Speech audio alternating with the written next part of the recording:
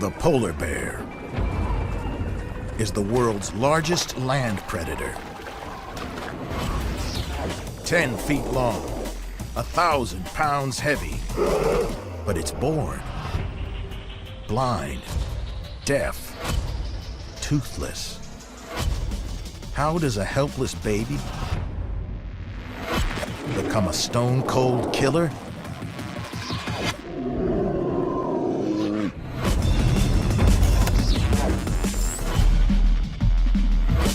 Built for the kill.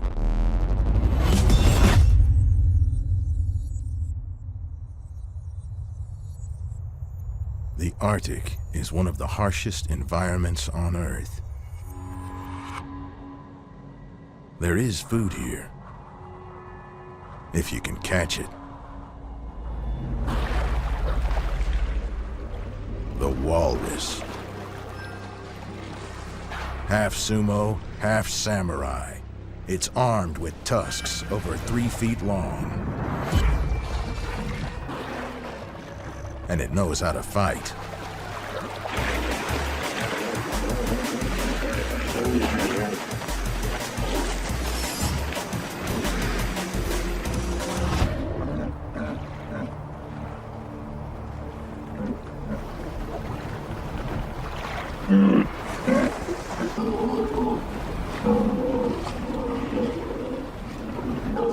The walrus's fat body holds the secret to survival for the world's largest terrestrial carnivore.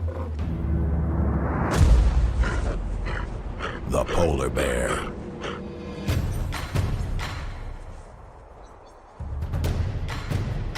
But killing a walrus isn't easy.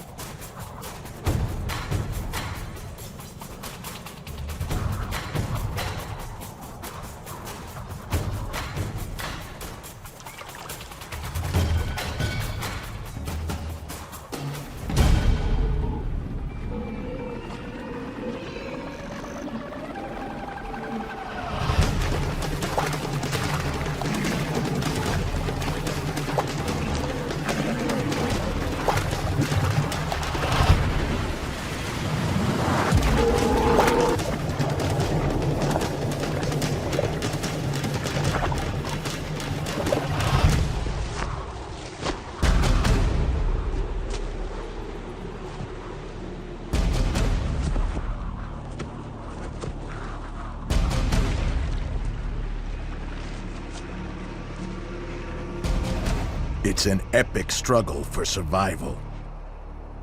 A battle that began 3 years earlier.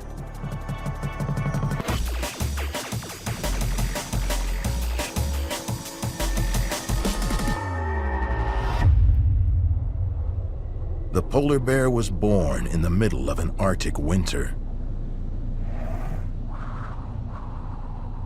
Temperatures plunged to minus 50 degrees.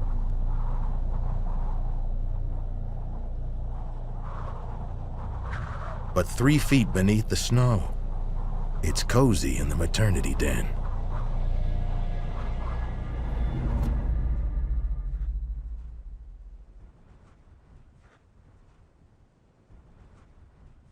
The cub is born blind and toothless.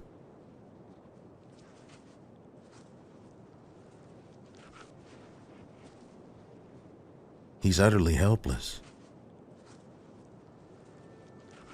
It'll be 12 weeks before he's ready to leave the den.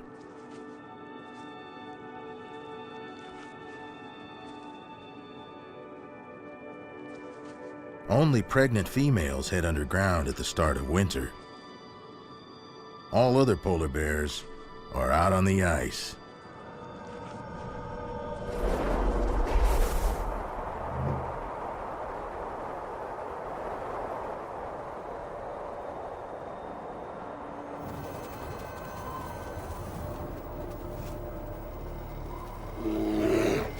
Polar bears love winter.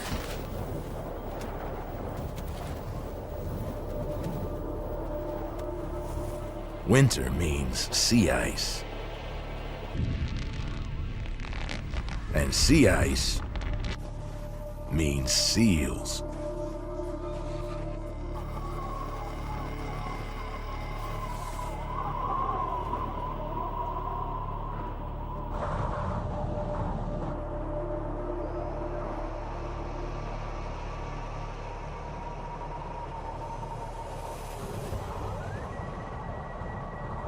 To catch a seal in this frozen wilderness, you need super senses.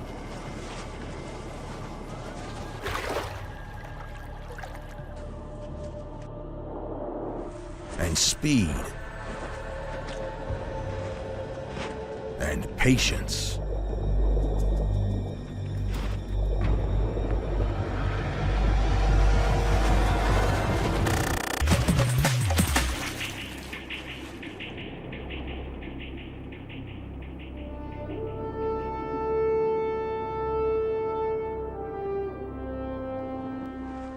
It takes polar bears more than 2 years to learn how to kill.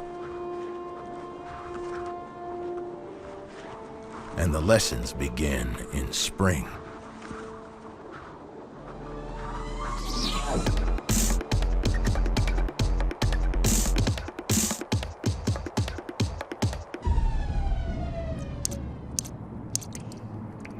After 5 months inside the den, the female finally tastes freedom.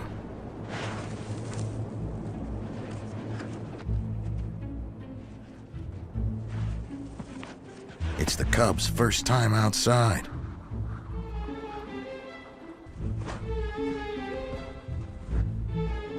But he's already practicing hunting skills.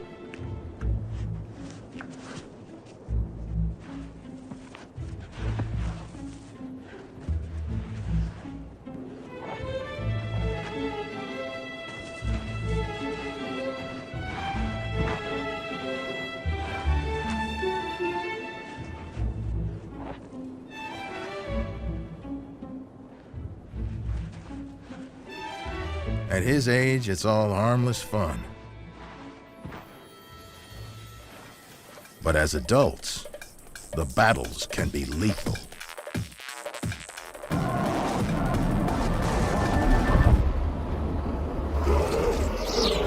Standing 12 feet tall, males fight for the right to mate.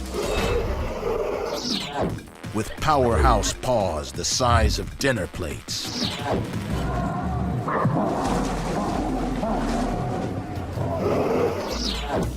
Claws 2 inches long and razor sharp. And 2-inch long canine teeth set like daggers in formidable jaws.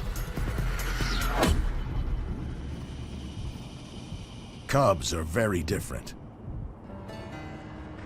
They're 4 months old before they even get milk teeth. All they attack is a snowball.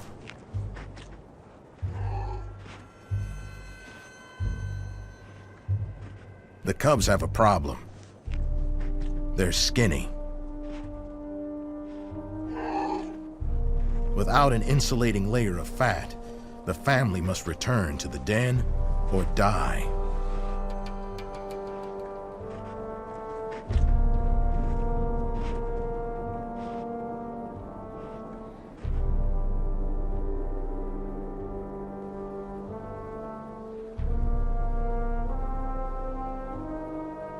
The snow cave is the cubs' sanctuary.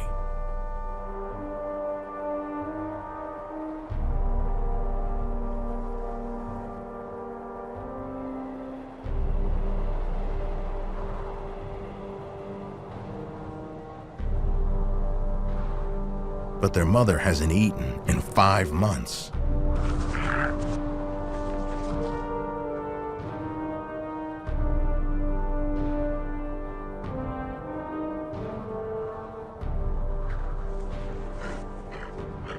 She's lost almost half her body weight. She has to find food, fast. 2 weeks after the cubs emerge, she has no choice but to leave the den, never to return.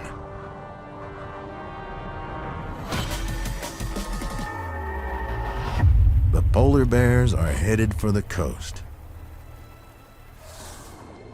Above the ice, it's a barren wilderness. But there is life underwater.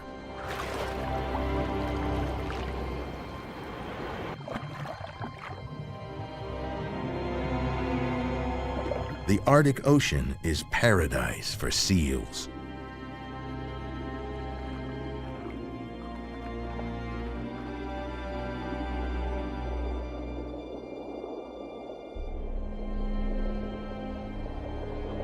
Underwater, seals are fast, agile, free. But seals must give birth out of the water. And on ice, they're vulnerable.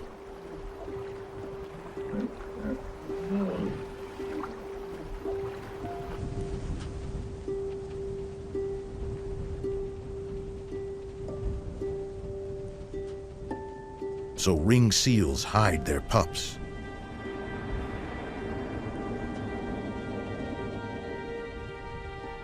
In a cave under the snow, the pup is out of sight, but not out of reach.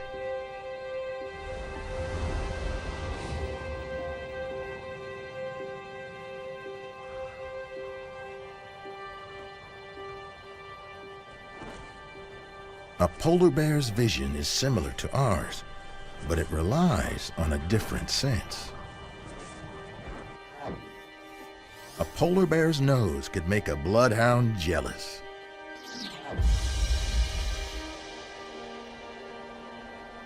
It can sniff a seal buried under 3 feet of snow from half a mile away.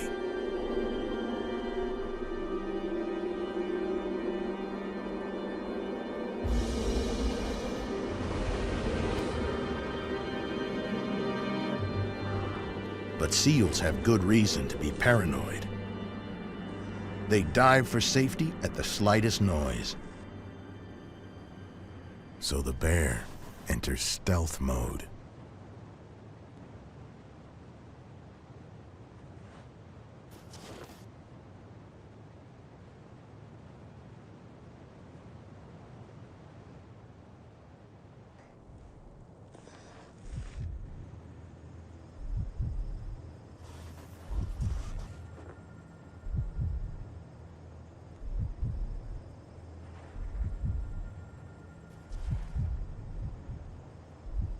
He listens for any sounds of movement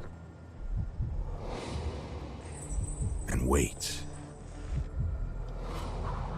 and waits, sometimes for 14 hours.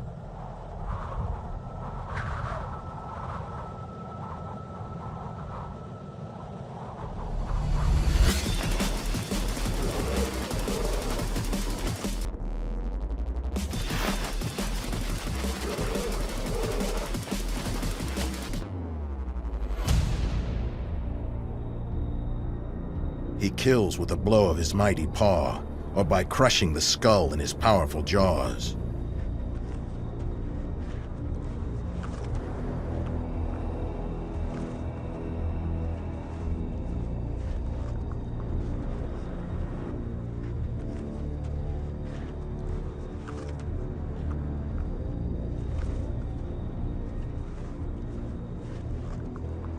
A single seal provides energy for a week.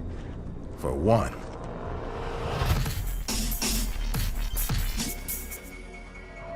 But now, the hungry female has 2 enthusiastic helpers who have no idea how to hunt.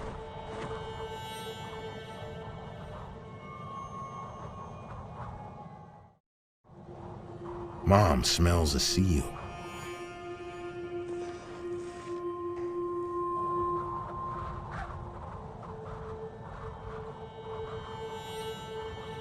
Time for her cub's first lesson in killing.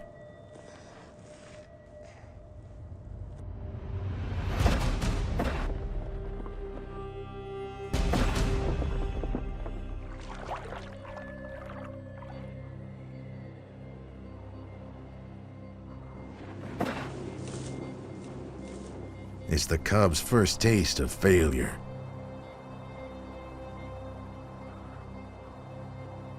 Only 1 in 10 hunts is successful.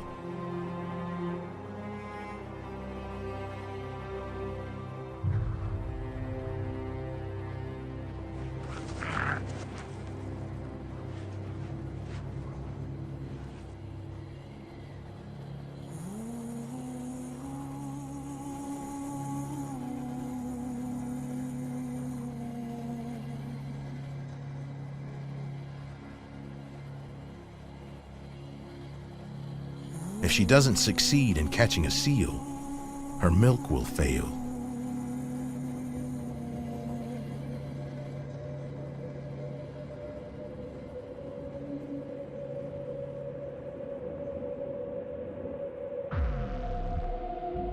Fewer than half of all polar bear cubs survive to their first birthday.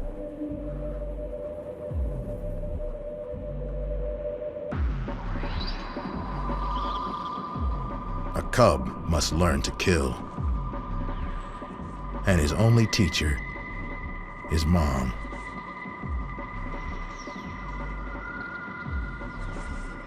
The hardest lesson is patience.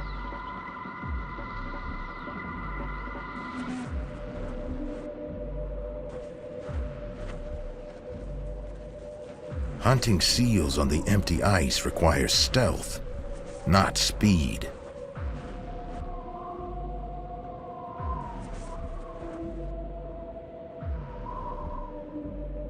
Their closest cousin, living far to the south, uses a very different tactic.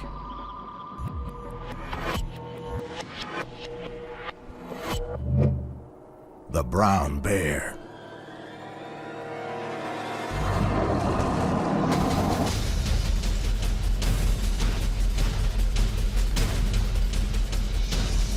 It hunts animals that run fast.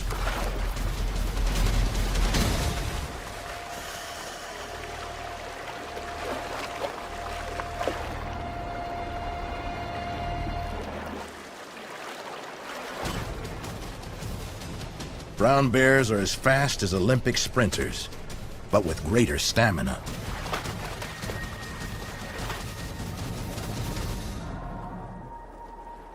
A polar bear also runs fast. Almost as fast as a brown bear.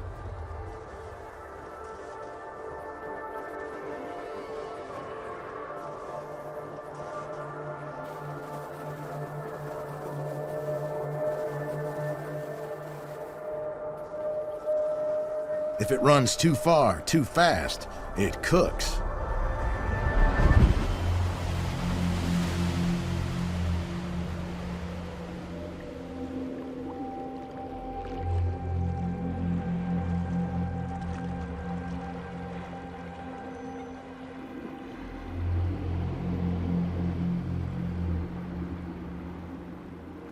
Rather than risk overheating, the polar bear gets up close to kill.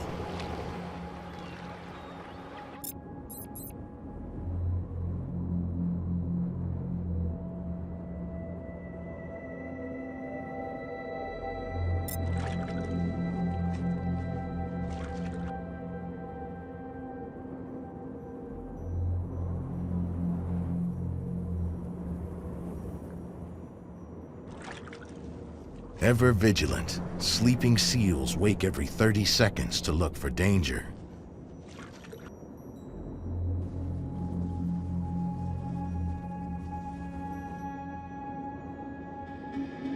The bear relies on his camouflage to slowly move into position.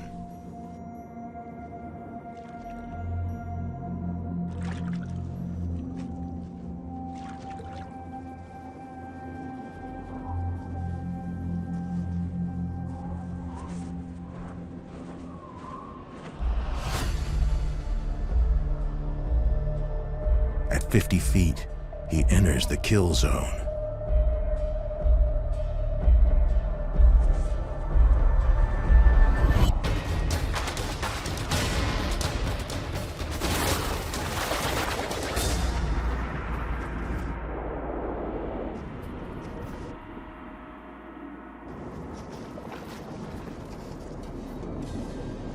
Crashing after seals is hard work for an adult male. And even harder for Mom with the kids on her back.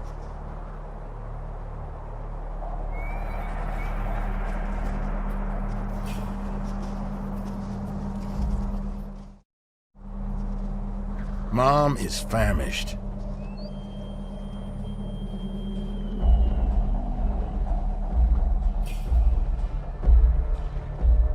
And this time her cubs won't get in the way.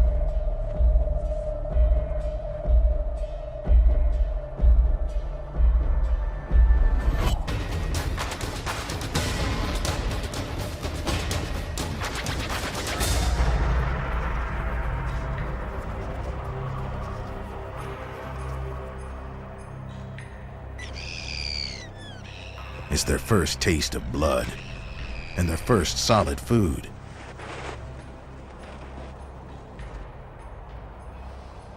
Mom wants blubber, and lots of it, so she can keep producing milk for another 12 months.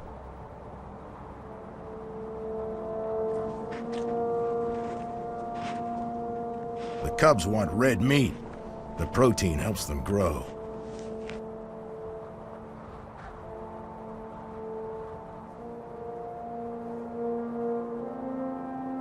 And they'll need to grow fast, because soon they'll be hunting on their own.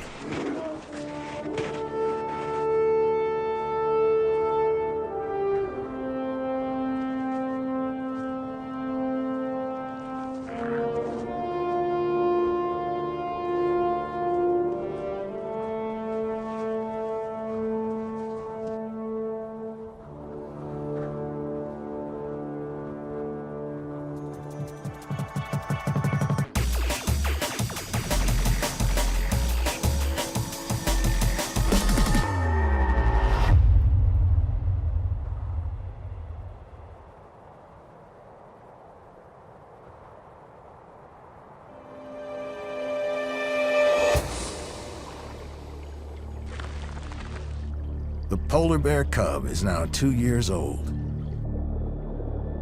and he can swim. He's so at home in the sea, the land's largest carnivore is classified as a marine mammal. He can swim over 400 miles. Layers of fat and fur keep him warm in the near-freezing water.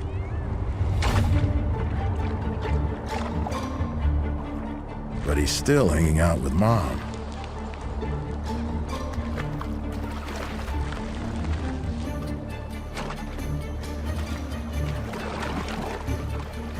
Cubs play with purpose. They're honing their hunting skills.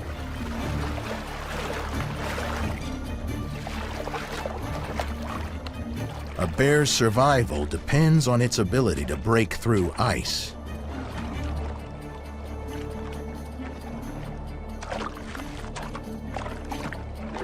Like teenagers everywhere, the cubs are lazy. Rather than fend for themselves, Mom has to make dinner.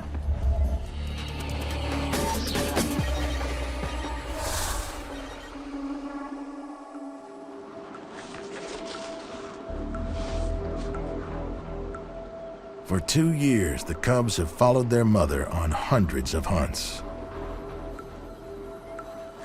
And they've yet to learn stealth.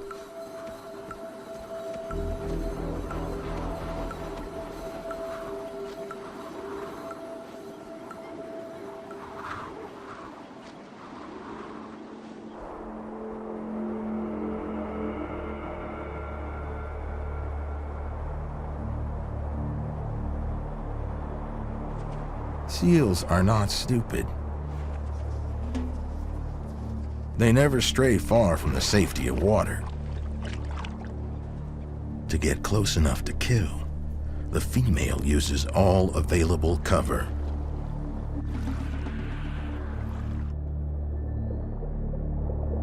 Unfortunately, the cub has no idea what's going on.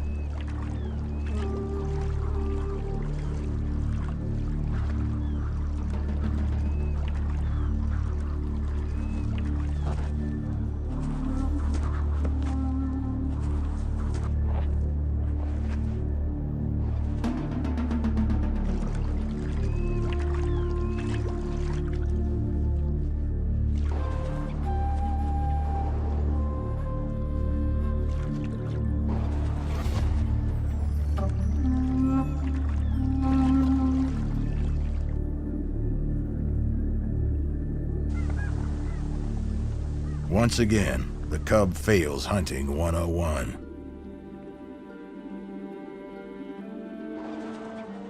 He'd better learn fast, because in 6 months, the young bear will be all alone on the ice.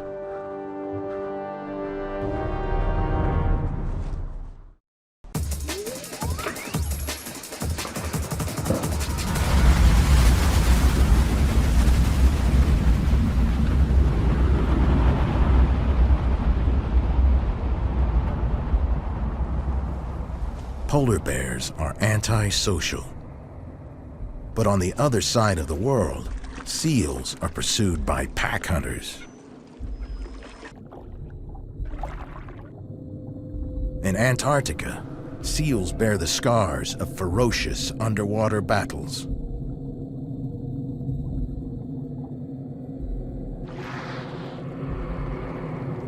So seals seek sanctuary on the ice. But they're being watched.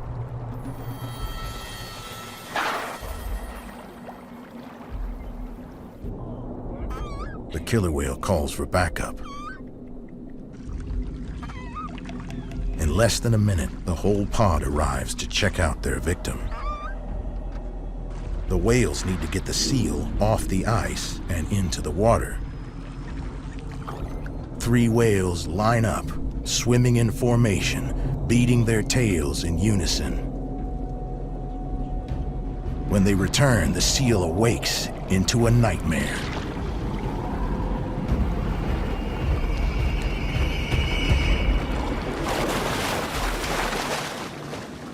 The whale's bow wave was too small.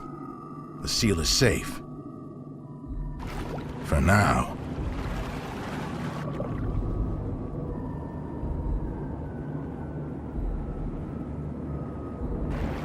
This time, 6 whales line up.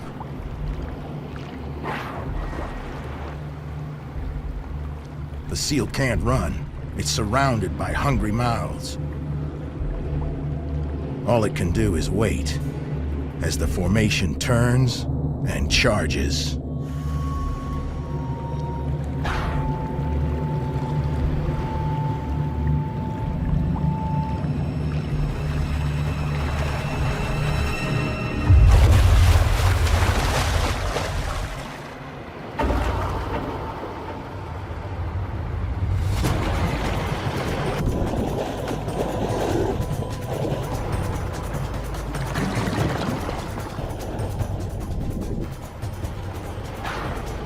Pack hunting has its advantages, but at least a polar bear doesn't have to share its kill.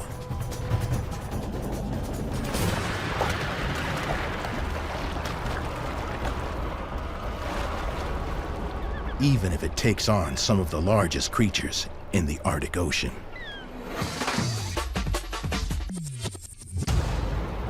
These are beluga whales. In open water, these air-breathing mammals can surface in safety.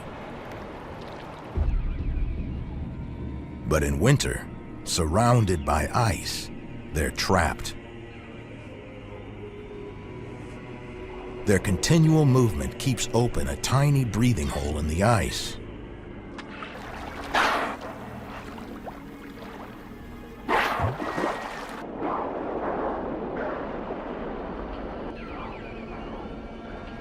Their bodies are scarred.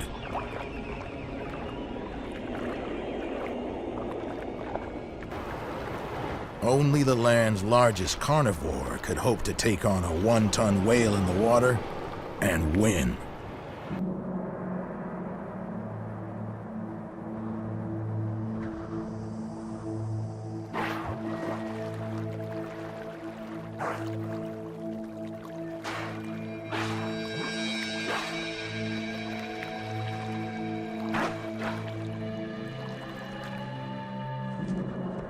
Aware of the polar bear, the whales hold their breath for as long as they can.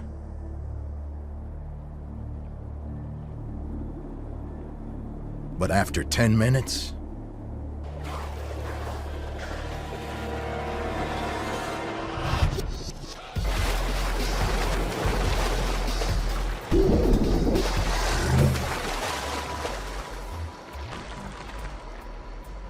This time the bear was unsuccessful, but it left its mark on the whale.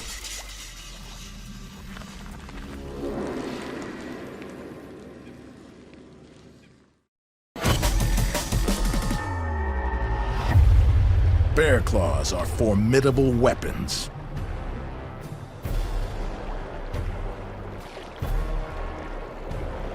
The claws of the brown bear are 3 inches long, almost twice as long as a lion's.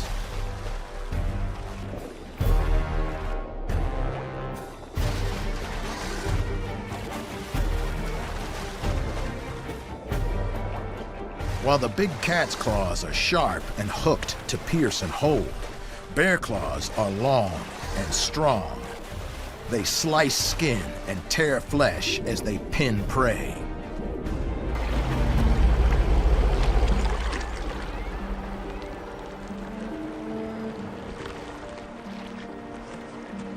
Polar bear claws are shorter, but just as effective.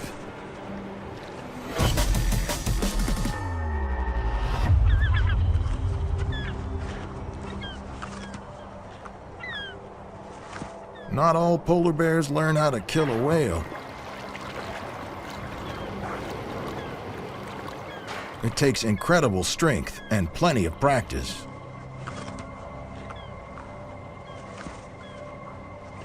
And since the strongest bears are solitary hunters, they don't pass on the information to the next generation.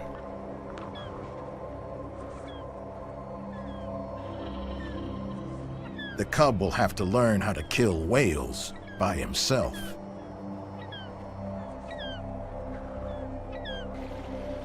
Mom looks for easier prey.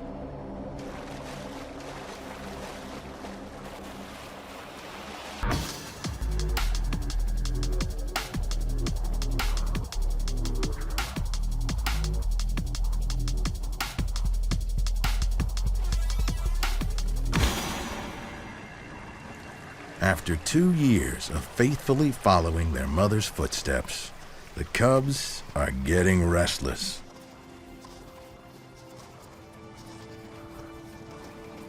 She calls for the young male to follow, but he's more interested in the snow.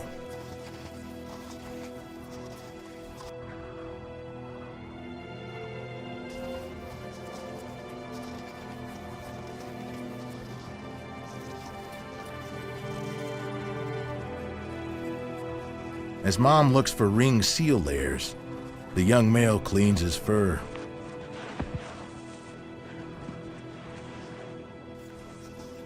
All his hunting skills have been learned at his mother's side, but soon he'll be alone.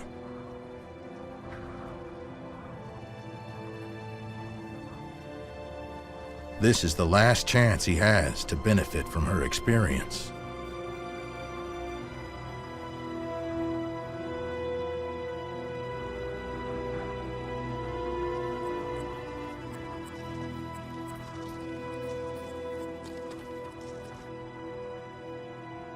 Eventually, the cub smells a seal pup under the snow, but he's too late. Mom made the kill.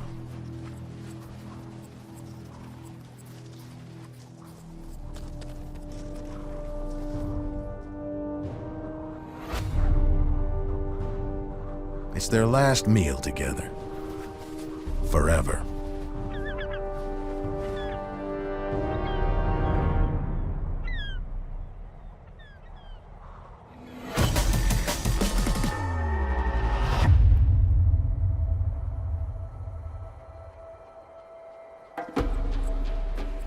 The young male is now more than 3 years old. He's alone on the ice.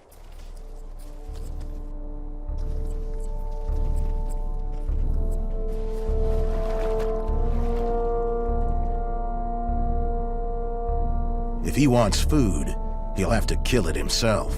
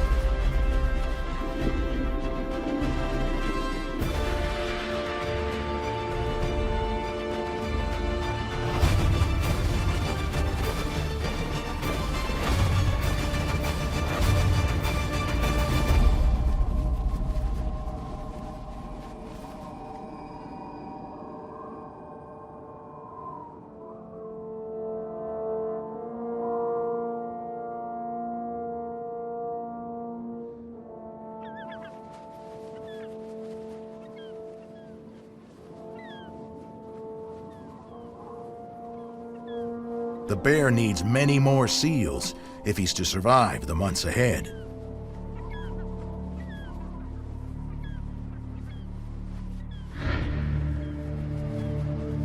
Summer is coming.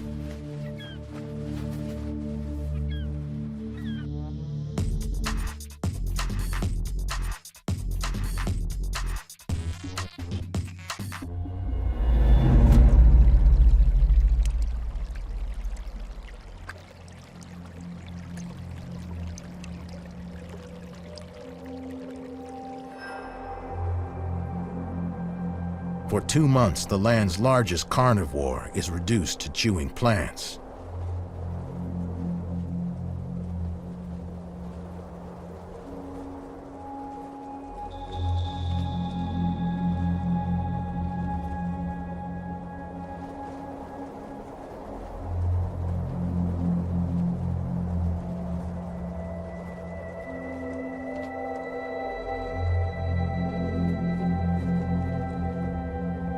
But there is food on Arctic islands.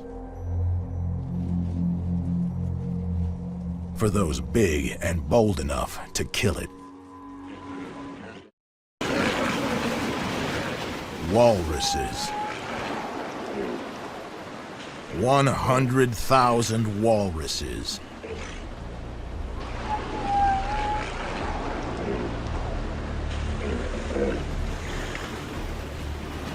Hauled on shore to give birth.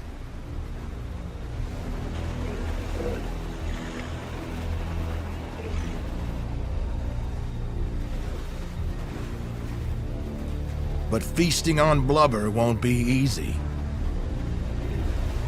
The walrus is a formidable opponent.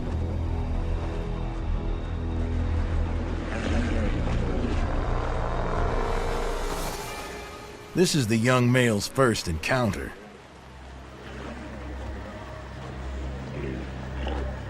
He targets a big bull.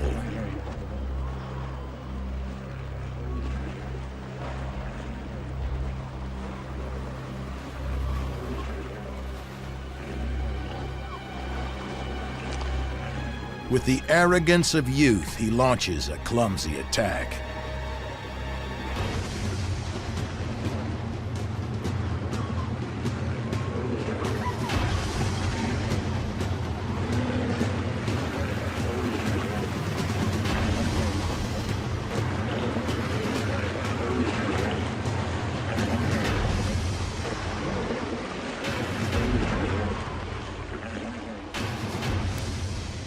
He was lucky. He got away uninjured and avoided the stampede.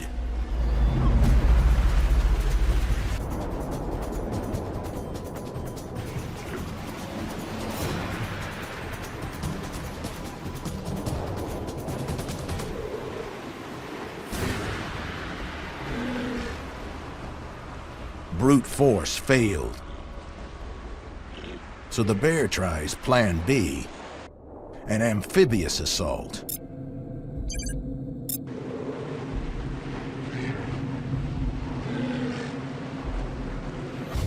Advantage, walrus.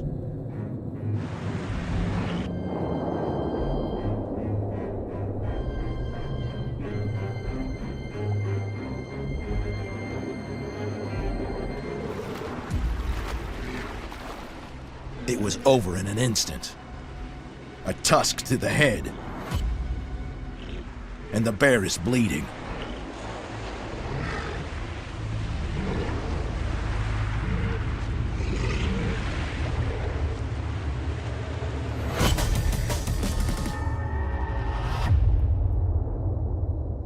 But the bear is starving.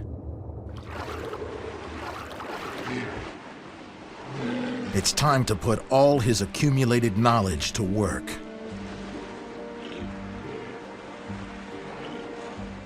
First, the bear locates a more suitable target.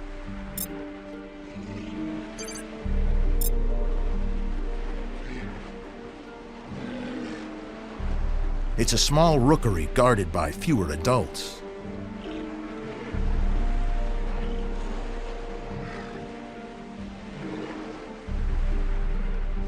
The bear begins his descent. His paws are built for walking on ice, not climbing down cliffs. And the bear is moving away from the walruses. If he'd attacked from above, he'd have dropped into the big males, a wall of blubber and tusks.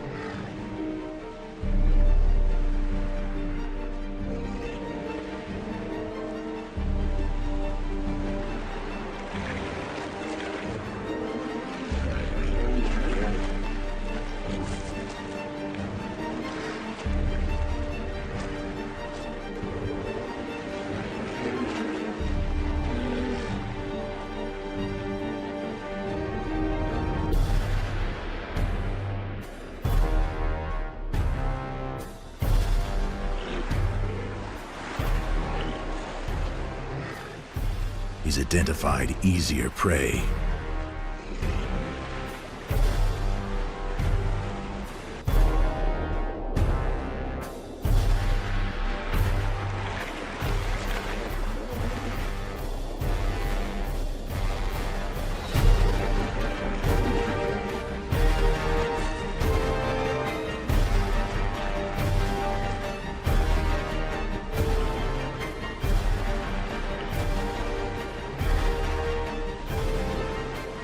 A blow, a bite, the calf's dead.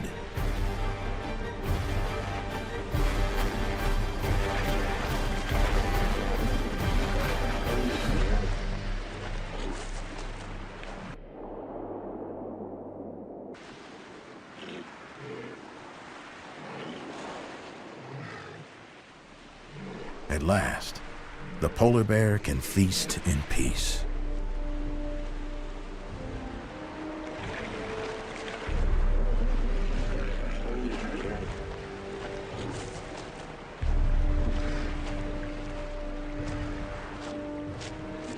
The immense strength and sophisticated hunting skills honed over 3 years combined to make the polar bear truly built for the kill.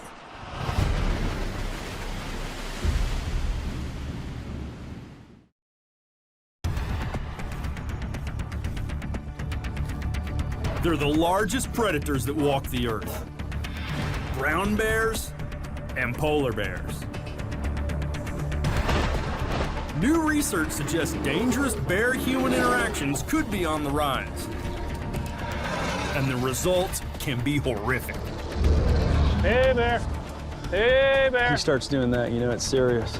On this investigation, I'll head deep into the Alaskan wilderness to seek out brown bears in the wild. Got a bear that just came out of the woods.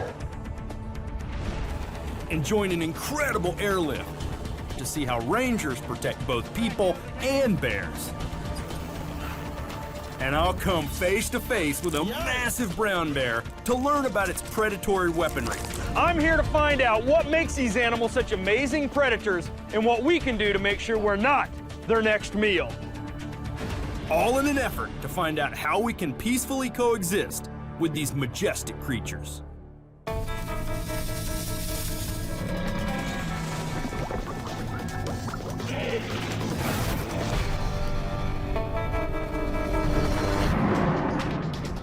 On this expedition, I'm headed thousands of miles outside my comfort zone. As a crocodilian biologist, I'm normally working in the hot, sticky tropics. But today, I'm headed to a completely foreign environment to study some of the biggest predators on Earth. Brown bears and polar bears. In many areas, bear populations are suffering because of shrinking habitat. Some believe this may increase the likelihood of dangerous human-bear encounters. One thing is clear: when humans encroach upon bear habitat, the results can be deadly for both us and them. April 2006. A nearly 400-pound black bear kills a young girl and mauls her mother and brother in Tennessee's Cherokee National Forest. July 2007. A bear kills a woman as she mountain bikes in British Columbia. Officers believe she was preyed upon. Police kill the bear. In September 2008, a grizzly who may have been protecting her 3 cubs mauls a man to death as he hunts in Alberta, Canada. Even though incidents like these do occur, thankfully, your chances of being attacked are slim.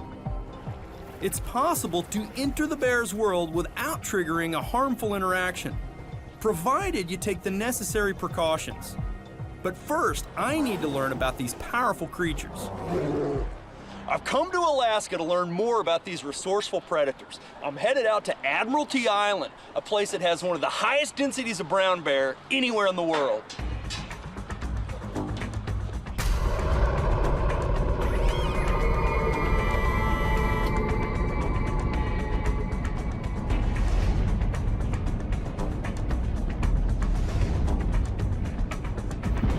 The native people call Admiralty Island Kutsnuwu, which means Fortress of the Bears. It's located about 25 miles south of Alaska's capital, Juneau.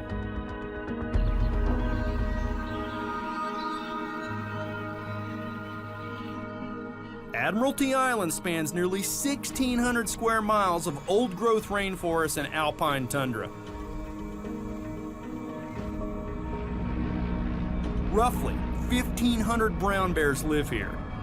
That's almost 1 bear for every square mile. Bears in coastal areas like this are generally referred to as browns, unlike bears in inland regions, which are usually called grizzlies. Joining me is Forest Service Ranger Don McDougall, who will teach me how to safely approach brown bears on their turf. It's September, and we come at a great time. It's the end of the feeding season. Salmon are making their way upstream to breed, providing an easy meal. All right, I owe you big time for this. You owe me big time. Yeah.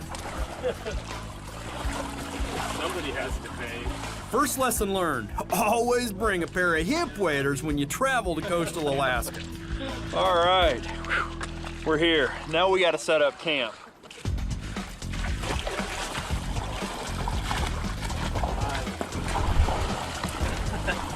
This feels heavier, I think, today. It's critical in bear country to make sure all food is secured in bear-proof containers, so the smell doesn't draw the bears in. With everything unloaded, we're now on our own. For the next 2 days, we'll have no connection to the outside world. Thankfully, I haven't had to use it. So this is the campsite. Yep. There's no real water source here, so there's no... In theory, no water means no salmon, which should mean no bears. But there have been bears here, and there could be bears here. Yeah, there could. Every year we see sign, and this June we had a bear that was actually living here.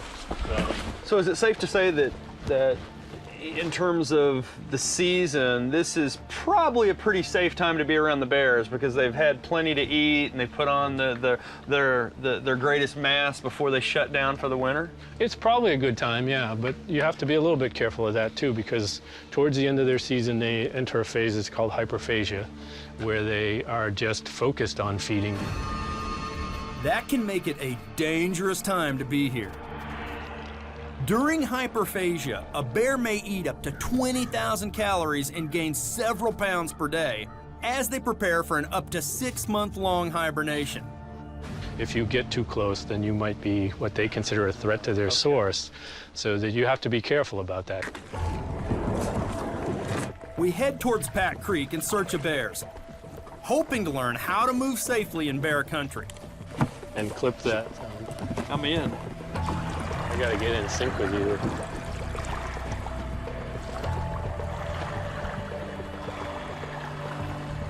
The mouth of the creek is a large mud flat where bears feast on salmon.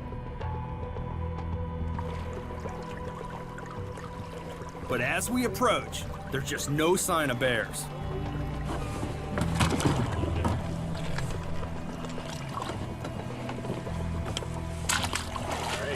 So we hike towards the forest.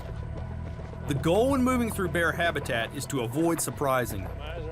But if something does go wrong, you need to be prepared. So this is called pepper spray. Right. And it's one way in which you protect yourself here in bear country. You know, if you want to discharge this, what you're going to do is you're going to take this clip off and point it at your subject, and you're going to fire.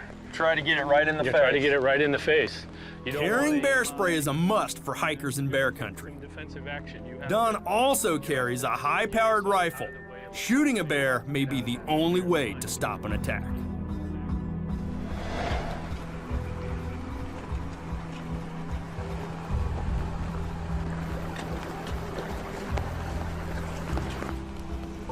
A dense forest like this gives solitary brown bears plenty of places to hide.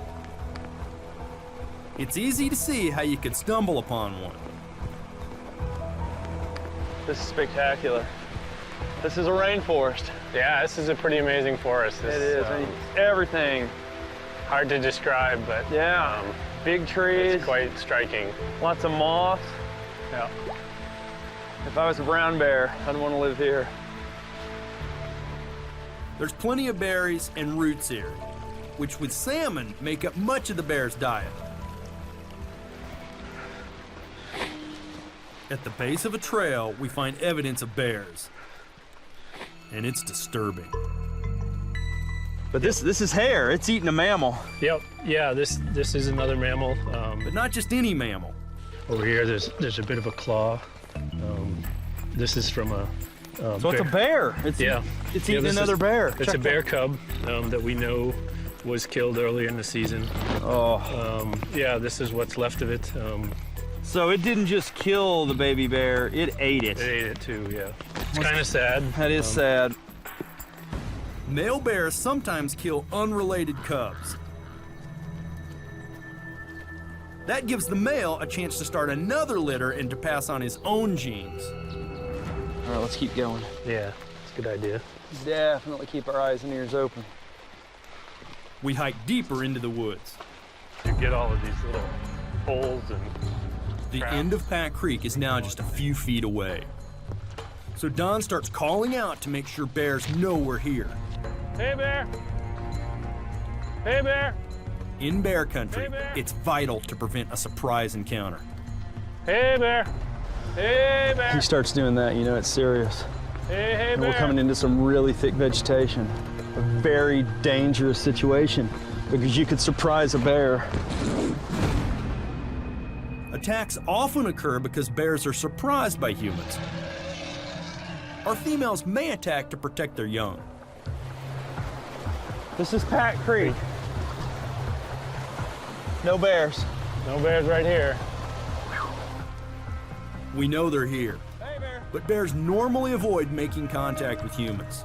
Hey bear. Maybe the noise we made actually scared them away. Or maybe they're lurking just out of sight. And the clouds are really moving in. The rain's starting to come down, and it's gonna be nightfall soon. We have got to get out of this thick vegetation before it gets dark. If we got trapped out here at night, man, that could be a death wish. Hey bear! We'll try again tomorrow, and hopefully I'll get a safe, close encounter with a brown bear.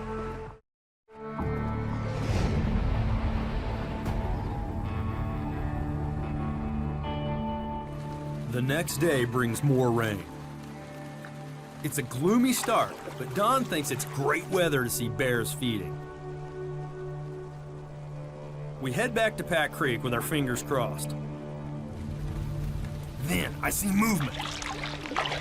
It's not a bear right in front. It is. There's a bear in front of us. Yeah. We paddle about a quarter-mile away from the bear so we don't scare it off. I'm excited to encounter a brown bear, but also a little nervous.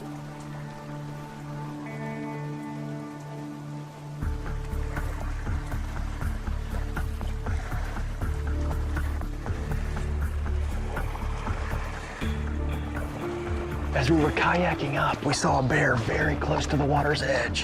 Hopefully it'll still be there. We're gonna try to approach very quietly, sneak through the vegetation, and take a look. We gotta be careful. Just above our heads is a good omen. A bald eagle. Eagles scavenge salmon scraps left behind by bears. But as we clear the tall grass, the bear is gone. It may be camouflaged in the meadow, or perhaps it's disappeared into the forest. Man, that's scary. What a mystery. I mean, the bear was right in front of us, and then we come up here. Nowhere to be found. And we'll just wait, see if the bear returns. This creek is a prime fishing ground. It's only a matter of time before the bear's feeding instinct forces it to return. Yeah, we've got a bear that just came out of the woods. It's walking towards us. It just kind of looked up at us. Seconds later, there's movement from a different direction. A second bear just came out of the woods, see it? Yeah. It's another bear, and then another behind it. It's a baby, it's a cub. We got 3 bears. We got 3 brown bears. And it's amazing. You're talking about something that weighs 300, 400, 500 pounds. Yet it just dissolves into its environment if you take your eye off of it. The first bear, now in the creek, takes notice of the other 2 and heads in their direction. This seems to put the mother on edge. Oh, it's right behind her. Yeah. Oh, look, she's look, standing she just up, stood up. Right. Yep. Both of them, baby stood up. Perhaps by standing up, the mother appears more threatening, giving them a moment to escape. Just take a look. Deal with. She's being a good mom. Yeah. There's a stranger on the river. I'm gonna take my baby over here and Then, the first bear takes off up the creek. Mother and cub can now safely head to the water. Is it normal to have just 1 cub? Anywhere from 1 to sometimes 4. This bear actually started out the season with 2, and one of her 2 got killed by another bear. Dawn believes the claw and hair we found yesterday may actually belong to her dead cub. The mother's now fishing. She got one, she's got a fish, Now, will she give that to the baby, or is the baby still suckling? She'll share it with the cub. She'll start and try to eat as much of it as she can first before she gives any to the cub. Cubs usually stay with their mother for 2 to 4 years. Suckling becomes less frequent. They learn how to hunt and fish, where to den, and how to defend themselves, all by following and imitating their mother's actions. Now, I don't know a lot about bears, but I think it's safe to say that this female is quite relaxed. She's laid down with her cub and seems very content. I think that's a good sign. We've been able to approach bears and learn about them on their turf. By being cautious and keeping a distance, we've moved safely through bear habitat without triggering an attack. But when humans are careless or get too close, a bear's awesome power and weaponry can cause horrific damage.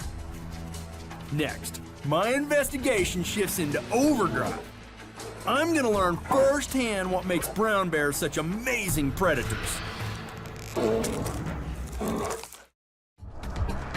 Bears rarely attack humans, but when they do, the results can be deadly because of their massive size and power, their sharp claws, and also their intelligence. I want to examine each of these features in depth. And to do that, I need an animal that I can actually study head-to-head, unrestrained. So I traveled to Indiana to meet animal handler Jeff Watson and his 1,500-pound brown bear, Brody. All I can say is, wow. They look a lot bigger up close and personal than they do at 100 yards away. That is an impressive animal. Yes, he is. Gosh. So it's a trained bear, but still a very dangerous animal. Always dangerous, and the misconception that most people have is that a trained bear is a tame bear. He's never going to be tamed. He can be trained, That's for this fried chicken right here. But you put your hand across there, you'll see that he's not tame. Give me a wide, bro. We're not gonna worry. You don't have to worry about that. My hand's not going over there. But you see those canines? Huge canines, massive. So it's well armed in the mouth, also well armed on the feet. To me, the claws are just so impressive. I've never seen a claw on an animal that long. Yeah, his claws, some of his claws are 4 inches, and he doesn't have the longest claws compared to some other bears. Really? Yeah, you can get 5-inch claws on a bear. Gosh. You can get Brody to dig so I can see the speed and the power of its digging ability. Yeah, we're gonna try to work on that and a few other little surprises we have. All right. I gotta admit, I'm excited, but I'm also really nervous to go head to head with a giant brown bear. We're going to conduct 3 tests to investigate a bear's predatory arsenal. First up, I want to see what those massive claws are capable of. We hide food under this huge stone. It takes a lever and 2 of us just to lift it. All right, there you go. We put a chicken under a 400-pound stone. Let's see if Brody can get to it. Brown bears use their claws to rip up logs when looking for insects and to dig up roots. They also have a great sense of smell. It's often the scent of food that draws bears dangerously close to humans. And not only are these guys powerful, but also intelligent. You can almost see Brody trying to problem solve. Does it make more sense for me to dig this chicken out from under this stone, or, look at that, just simply pick up a 400-pound rock? Though Brody is strong enough to lift the stone, he's also smart enough to figure out an easier method to get to the chicken. Oh, there you go. He's gonna dig it out. Those paws and claws are so big and efficient, it's like he's moving a bucket full of dirt with each swipe. Brody gets his meal in less than 10 minutes. There's Brody's handiwork. He's excavated a hole over a foot wide and almost a foot deep in a matter of minutes. That's impressive. The claws are surprisingly dexterous, but also powerful enough to take down large prey like deer and elk. It's one of the many weapons that make them dangerous to humans they perceive as a threat. For the second test, we're going to determine Brody's ability to climb to see if a tree can offer you a means of escaping a bear attack. Yikes. Whoa! Woo! All right. Hey, look, Brady. Yeah, thanks. All right, so my feet are 10 feet off the ground. Oh. Uh-oh. Uh-oh! Whoa! Look at the size of that foot!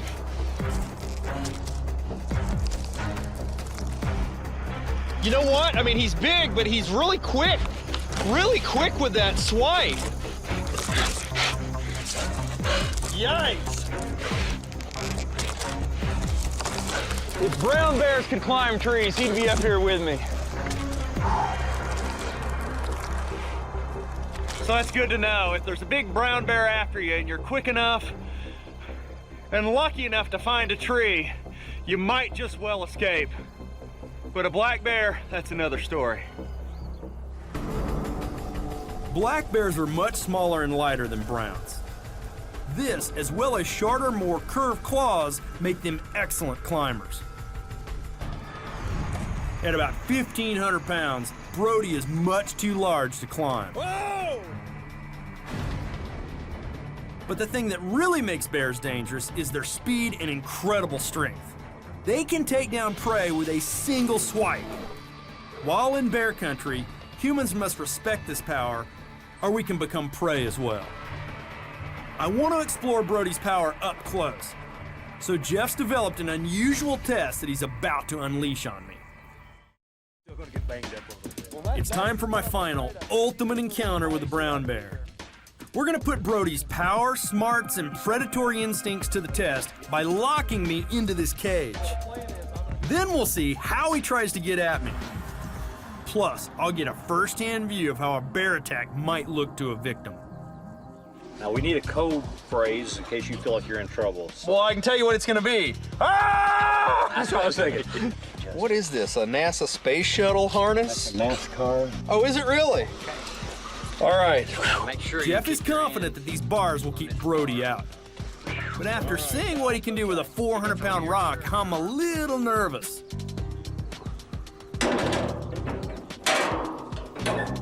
All right, I gotta admit, I'm a little intimidated, even being in this cage. I'm talking about a 1,500-pound bear that has claws that are 4 inches long, and I'm nervous. All right. Good boy, Brody. Good boy. Oh, he's a good boy. The cage seems to stimulate Brody's curiosity, and he heads straight towards me. Yikes. Oh, man, that is so intimidating. I'm tempting him with a piece of fried chicken, Brody's favorite food. I'm hoping he'll reveal his strength as he tries to get at me. That is a big bear.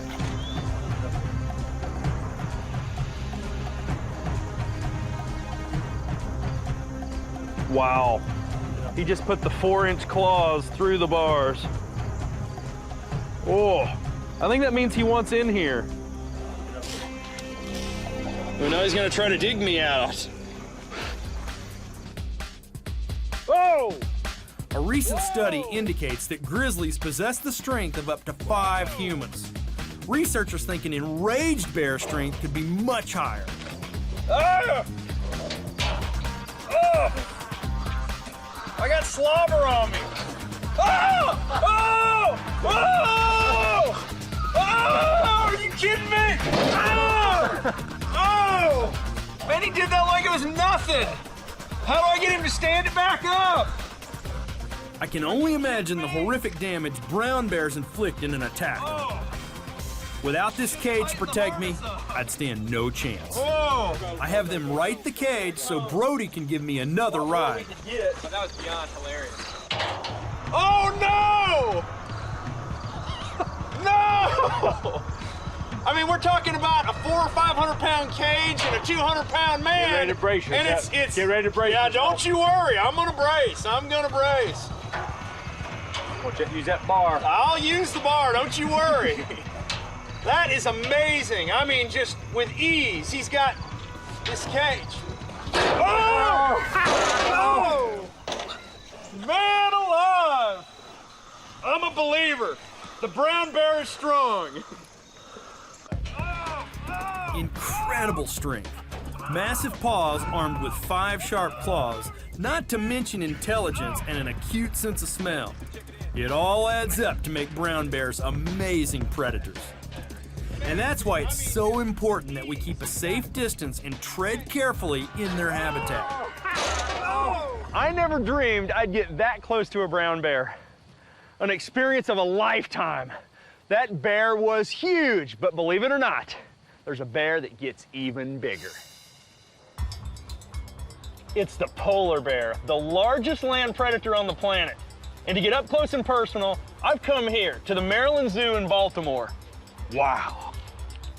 For a wildlife biologist fascinated by predators, the polar bear holds a special place. Now, maybe more than ever.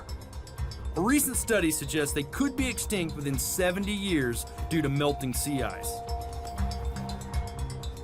This habitat loss may increase the likelihood of dangerous human-polar bear interactions. I'm going to travel to Canada and learn the extraordinary lengths one small town has to go to live safely with polar bears. Open. But first, I want a lesson in their anatomy. All right, I'm now behind scenes and I'm meeting Tanya White, the polar bear keeper. And she's got a really big friend right here with her. Look at the size of those canines. They're massive. They're actually bigger than the brown bear's canines. With polar bears and carnivores in general, they use their teeth a lot. It's kind of like their lifeblood. He needs those big canines so Yeah. he can, eat. Polar bears' teeth differ from those of the brown bears, which are omnivores feeding on roots and berries, as well as fish and meat. Polar bears are the most carnivorous of all bears and have sharp cheek teeth, much like lions or dogs, for shearing off chunks of seal meat. You're training these polar bears to perform tasks which help you ascertain its health, show its teeth so you can inspect Exactly. it, so vets can give the animal examination. Exactly. Yep. So you can ask the bear to open its mouth. Yes. I'd like to see that. All right, Magnet. Magnet, come to me. Open. Wow, look at that. And I've noticed the claws. I mean, really robust claws. Polar bears depend on sea ice as a platform to hunt seals. They need more robust claws to help pull the seals up through holes in the ice. The claws are also shorter than brown bears and help with traction on slippery terrain like spikes on a golf shoe. Unlike brown bears, polar bears are actually considered marine mammals and get most of their food from the ocean. They even have partial webbing between their toes to help them swim. Oh, look at that! That's incredible! Oh, that was better than I anticipated. You can see they use those feet. Yeah, those she's big... to propel herself through the water, and then the Yeah. back feet were kind of steering her toward the rock. Yeah, so. it's kind of the doggy paddle. That's exactly They use what some it of the is. feet to steer, and then, but man, they can swim pretty fast. They can swim very fast. Polar bears can swim more than 60 miles in open water and have been found hundreds of miles from land. Their thick layer of blubber keeps them insulated in the frigid water. I mean, it's amazing to see this animal in the zoo, but I cannot wait to see them in the wild in their natural habitat.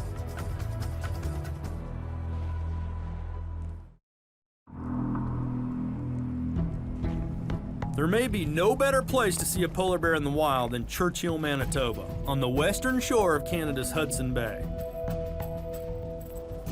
I've come to witness the bear's annual migration through the area. I want to explore how the locals minimize dangerous human-bear encounters. It's incredible. I got a polar bear right over my shoulder. I don't know, maybe 60, 70 yards away. And it's on a piece of ice, it's floating. You can see the ice moving around. Hudson Bay has yet to ice over solid. And that's what these bears are waiting for. They're hungry, they're irritable, they're waiting for the ice so they can catch a seal. We gotta be careful. For over 40 years, Manitoba Conservation's Polar Bear Alert Program has kept bears and people apart. Do they leave town or do they just go to another street? Oh yeah, absolutely. I accompany Officer Andrew Schlarek on Dawn Patrol to learn how the program works. So it's not unusual. You can see a bear right here. Absolutely. Really?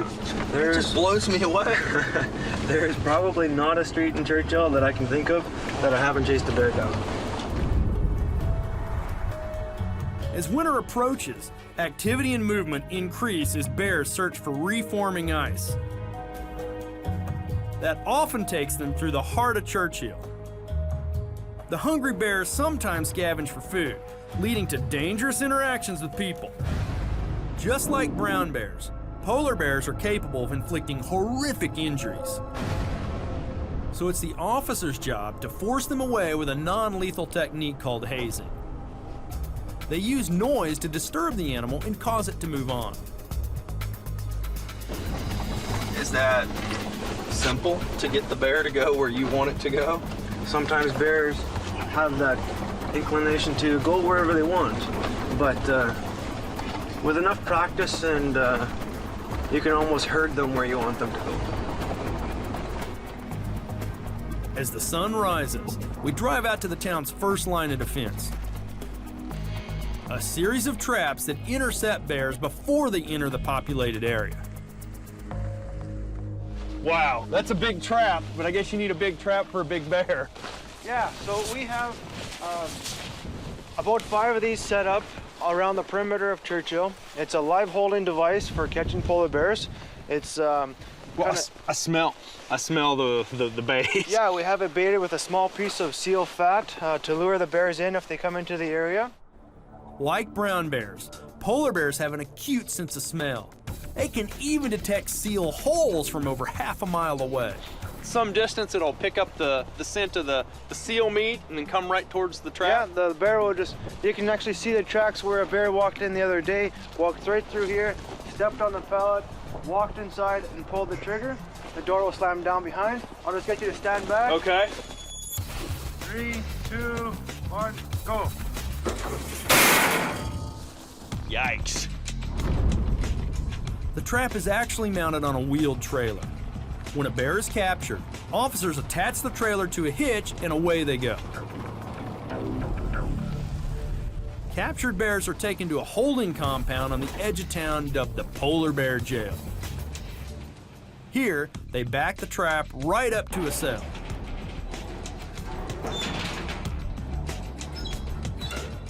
Nobody ever has to handle the animal. It's much safer for the officers, and it also reduces stress on the bear.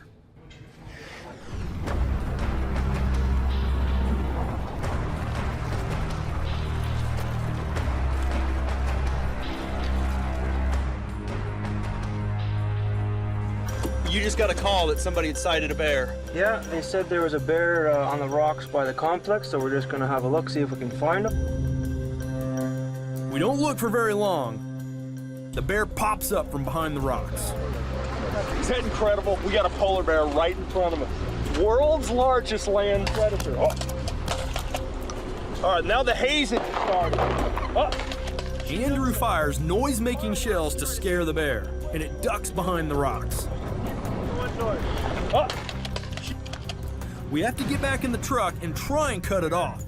If the bear makes it into town, people could be in some serious danger. I want to get even a little past the castle just to get in front of him. Roger.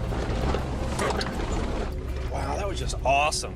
He just appeared up over the rocks. Please stay in the vehicle.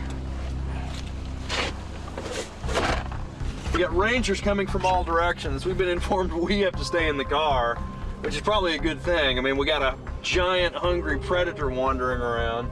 But the plan is for these guys to scare the bear back down the coastline so it leaves town. Andrew fires another round of shells and the bear changes direction.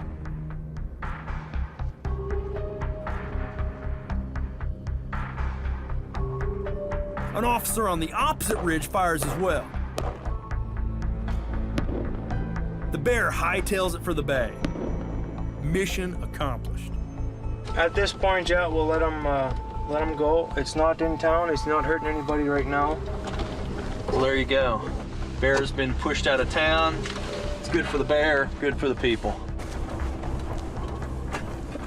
Churchill's management plan is not just about protecting people from bears. It's also about protecting bears from people. Every winter, the town of about 900 swells with tourists, all wanting a chance to see these magnificent creatures as they migrate along the coastline. And that raises the question, do all these extra people disturb polar bear migratory patterns? I've got an experiment plan to try and find out. When you want to work in one of the most inhospitable places on the planet, one characterized by bone-chilling temperatures and permafrost, you turn to the Tundra Buggy. 4 humongous tires and 20,000 pounds of Arctic power. This baby is gonna take me where I need to go. I've asked 2 scientists to join me, Eric Van Giesen and Chad Hawthorne. They've brought an experimental tracking system that uses lightweight, remote-controlled aircraft equipped with video cameras. The plane's sophisticated software can lock onto a subject and then track it for hours automatically. They're built for military surveillance, but they've never been used in conditions as difficult as this. About 15 Tundra buggies full of tourists head out to the coast where polar bears tend to congregate. The plan is to use the surveillance planes to track bears and explore how human presence may affect their movements. Look, look, look, we got a bear right in front of us, right in front of us, right in the middle. See it? Right there. I see it. Let's go, let's go. Let's get ready. Chad, get ready. Motor's hot. Oh, there it goes. Oh, There it goes. it's off. Taking Woohoo! on. All right. We have flight, baby. And right, the bear's let's right get here. that bear. The bear's still right in front of us. All right. The camera spots our vehicle. Now we use the tracking and control software to target a fix on the bear. He should be at the edge of the coast right here. That's the road. Oh, wait, I got him. I got him. Right. I got him right here. That's him. I got a bear. I have a bear in my sights. All right, get him. Pin I got him. Target him. You're on him. We're gonna Woohoo! All right, we swung around. We swung around. We got to look. bear is for him again. targeted. But minutes later, the wind picks up, forcing the plane to bank much harder than anticipated. The camera just can't keep the bear in its sights. Ultimately, we lose the fix on the bear. Chad and Eric take turns at the controls for the next 45 minutes, but they just can't get a lock on the bear. With all this technology, it's still not easy because we're looking for a white bear against a white background. But that's really what the bear's all about. I mean, it's all about camouflage. That's how it is able to capture seals and other prey. Polar bears sometimes hunt by stalking, quietly blending into the surroundings, then ambushing seals as they rest on the ice. The plane's batteries are running low. It's time to bring it in. It's coming in.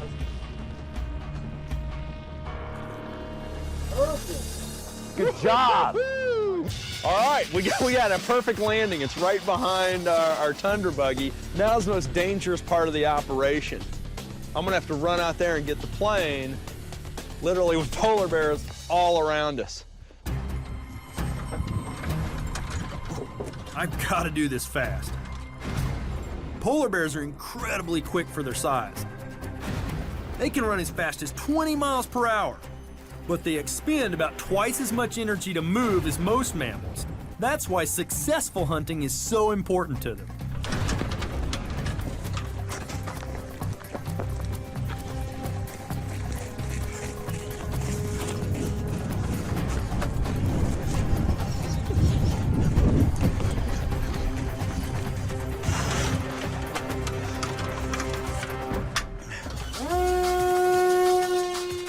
We continue to face the same problems. The plane spots bears and even its tracks in the snow, but it's impossible for the tracking software to maintain a visual fix. It's become apparent that it's just too difficult for the plane to target a white bear on a white background. Yeah. I mean, it's hard enough for us to locate the bear with our eyes. I mean, then once we locate it, you try to target it, and the plane just can't do it. For now, the polar bear's outfoxed us. It's gonna take better technology to track an animal as well camouflaged as the polar bear. Now, I have one more thing to learn about Churchill's management plan. What happens after a bear is captured? We're about to take a flight with a 600-pound passenger to find out. Back at Churchill's polar bear jail, it's getting seriously crowded. In less than a month, 10 bears were captured in the traps placed around the town. Today, one bear will be set free. The rest over the next month. It's now time for the sensitive and intricate part of the operation, taking the bear from the holding facility and airlifting it back out into the wild. Officers anesthetize the animal and then tattoo an identification number on its inner lip. The green dye can be seen from a distance, identifying the bear as a recent capture.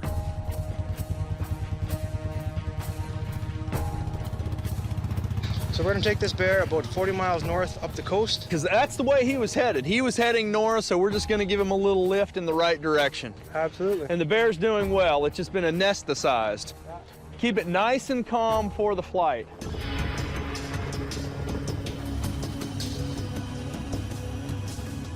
The ground crew makes sure everything is securely attached. It's a procedure they've had to perform countless times. but they don't want anything to go wrong.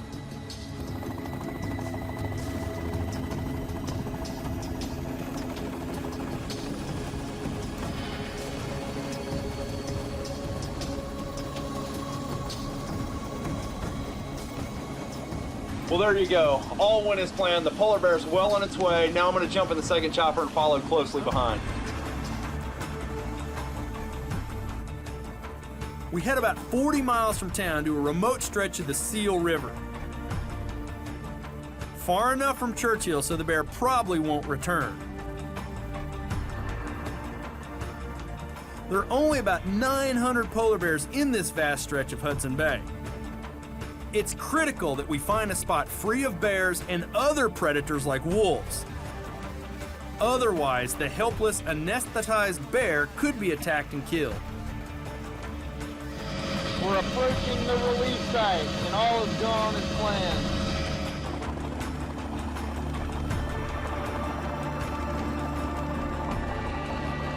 All right, here we go. We've selected a perfect release site. It's close to the bay, lots of ice.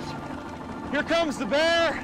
This is gonna be a better place for the bear and a better place for people. The bear won't get into any trouble here. Bring it on down.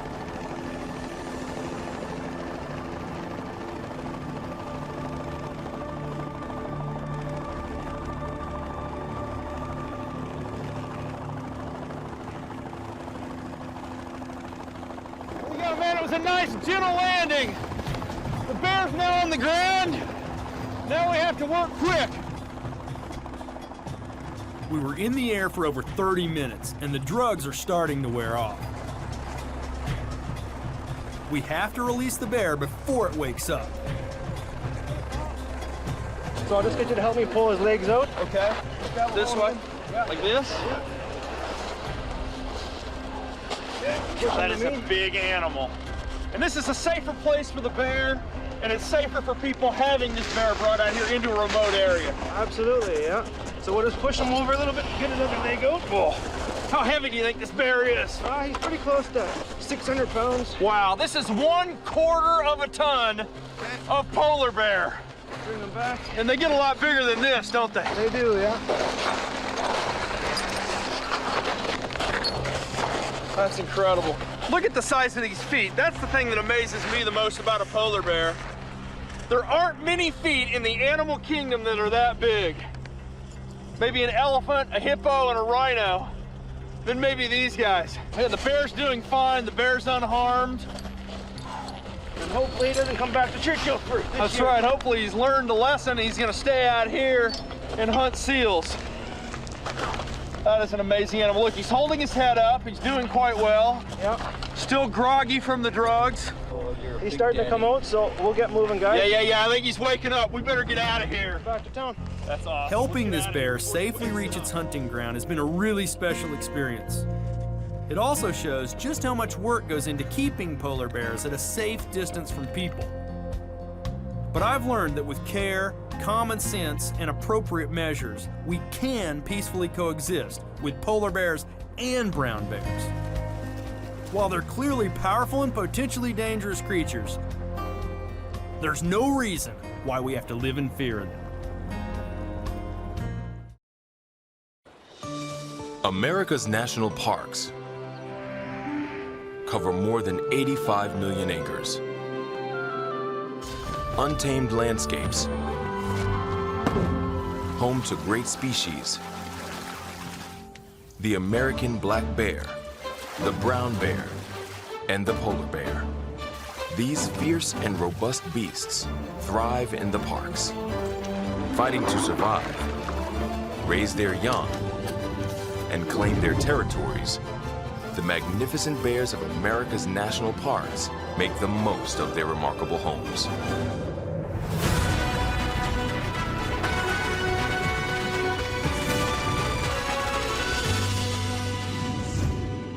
The place of blue smoke, as the Cherokee called it. Water vapor, exhaled by countless trees.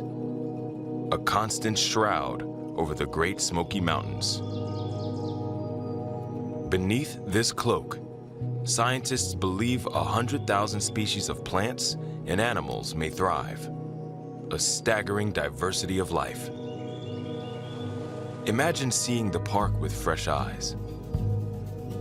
In every view, a rare glimpse into a hidden world.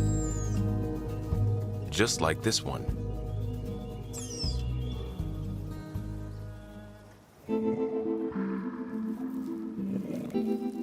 A black bear and her cubs. A typical litter of 3. For 5 months, she hasn't stirred. Even as their mother slumbered, the cubs nursed on a rich diet of super fatty milk. Over the winter, her own weight dropped up to 1/3. How she survived still stumps us. During hibernation, her heart rate fell to just 8 beats per minute, and somehow she turned much of her bodily waste into protein. In the coming months, she must fatten up on what the forest provides. The survival of the fragile cubs depends on their mother. Her survival depends on the Smokies.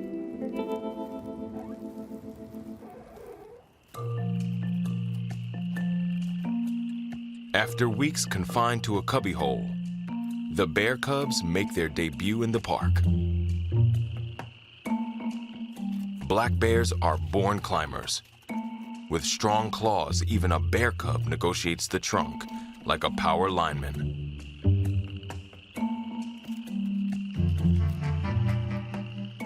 Their debut draws attention.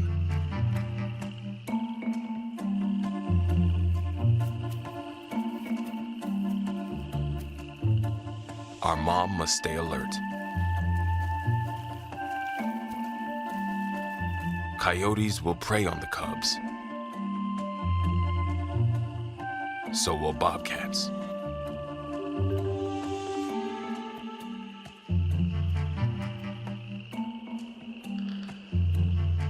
At night, the treetops offer refuge from predators that can't climb.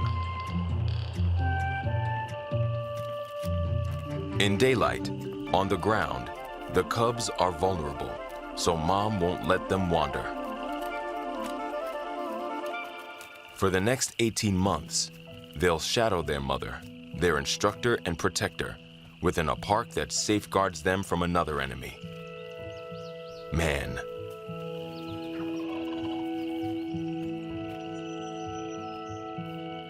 Male cubs will grow up to be loners, like their long-gone father. Females will rear their own offspring. For now, 3 wide-eyed toddlers enter a world made for them, if they learn to make the most of it. Lesson 1 is survival. Mom alone must teach them. And what better way to explore these enchanted forests than through young bears' eyes? As the Smokies blossom into a vast salad bar, mom will find enough to live on, if not grow on. But nearly 2,000 miles away, winter is in slow retreat in Yellowstone's own Grand Canyon. Warmer temperatures unleash the frozen lower falls, twice the height of Niagara. And someone else is being unleashed too. Just out of hibernation, a young bear can't resist the aroma of fresh carrion. A second grizzly has beaten him to it, the carcass of a bison that didn't make it through winter.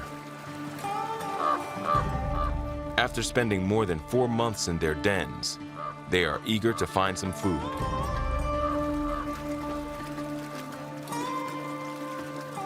Bears lose up to 1/3 of their body weight during hibernation, and they're ravenous. Something's gotta give.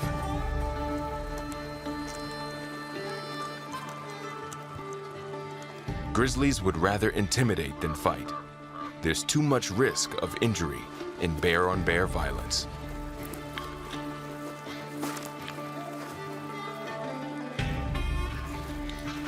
Standing up to your full height is meant to impress. Whoops.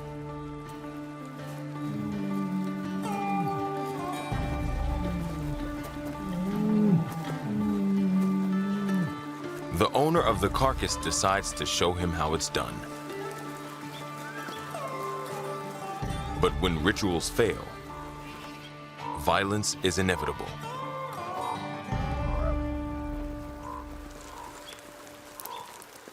Hungry bears are violent bears.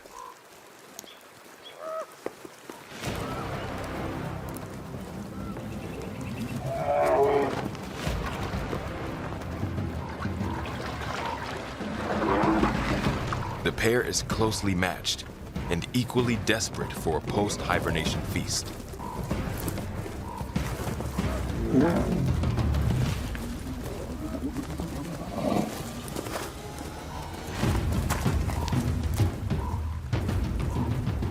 A fight like this is a rare sight in Yellowstone.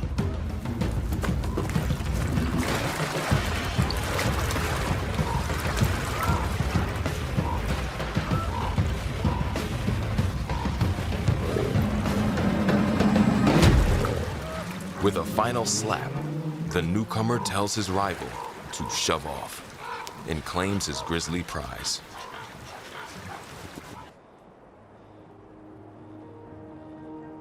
Spring finally arrives in the parks in earnest.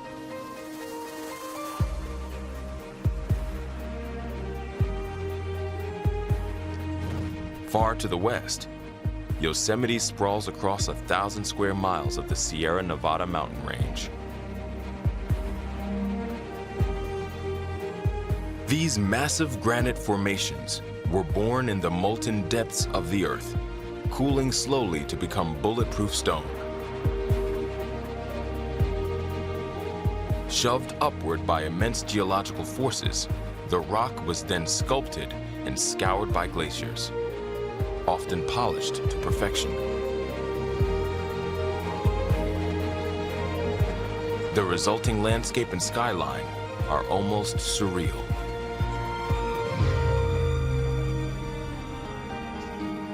From a nearby slope, a tentative nose emerges, followed by its owner, one very groggy black bear. She hasn't seen the light of day in months, and she's asleep on her feet. There's never a coffee shop around when you need one. And she's not alone.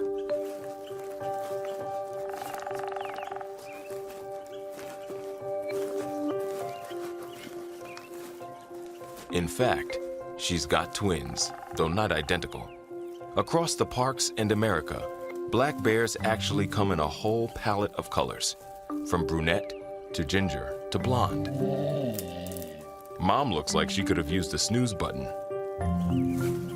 Her young clearly have cabin fever. Now they can wrestle in the sun, surrounded by new sights, smells, and endless possibilities.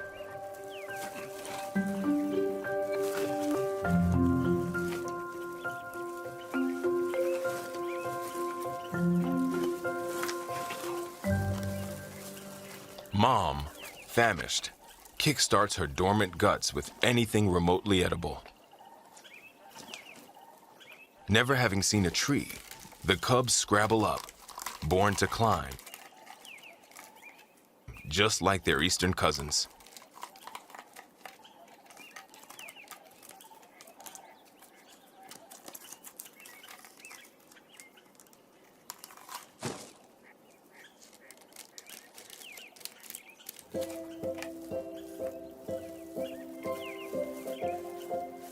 And back on the ground, there's comfort waiting, and milk is as intoxicating as anything in this bright, brave new world.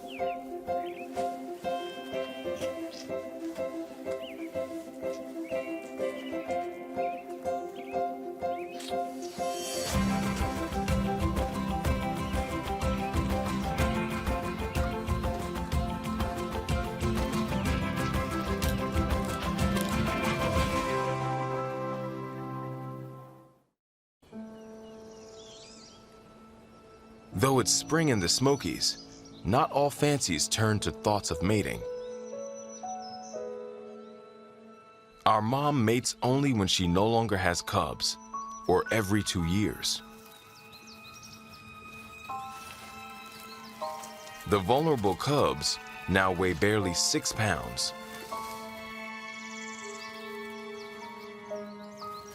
For more than half of their first year, their main source of nourishment is milk, with a fat content 5 times higher than a cow's.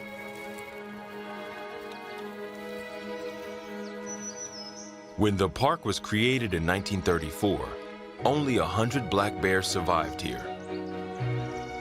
Today, 15 times as many. More black bears per square mile than anywhere in the country.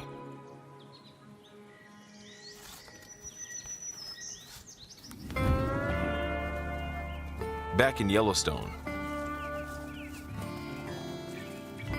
a grizzly mother and 3 big cubs. Raising triplets is quite the accomplishment.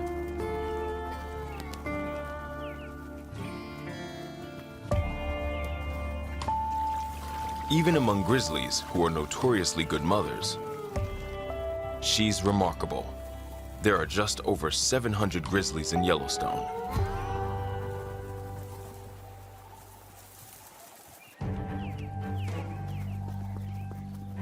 With so many mouths to feed, she has little choice but to take on this pack of wolves for a bite of carrion.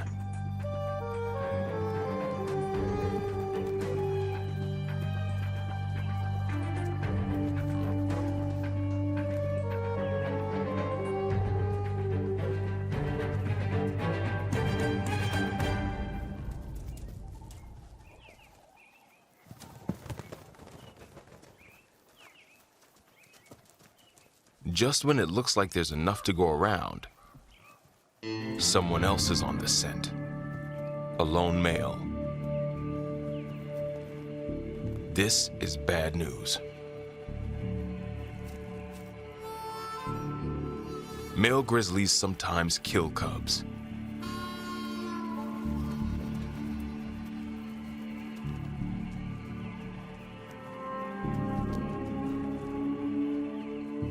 Time for him to back off.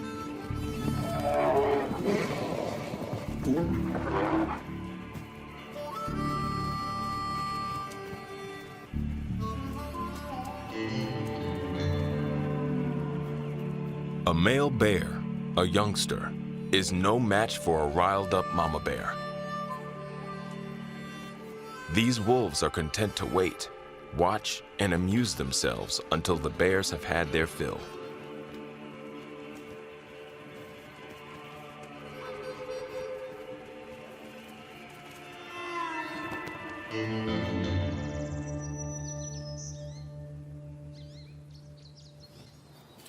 The Smoky bear cubs dine well too, still growing on their diet of mother's milk. The cubs can't handle adult fare yet, but they're starting to acquire a taste for it. Fruit, a staple of mom's diet, has yet to ripen, but the ample supply of young leaves sustains her.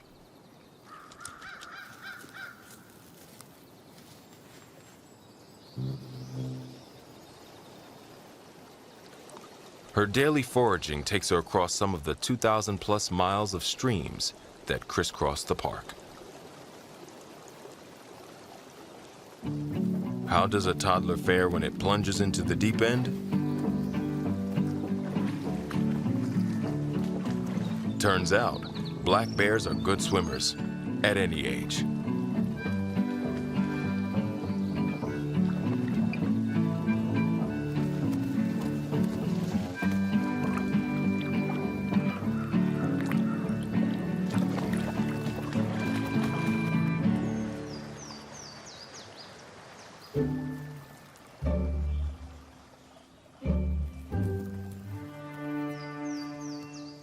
With a greater variety of these amphibians than any place else, Great Smoky Mountains National Park is the salamander capital of the world.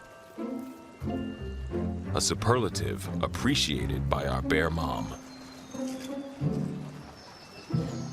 Like all black bears, she's an omnivore.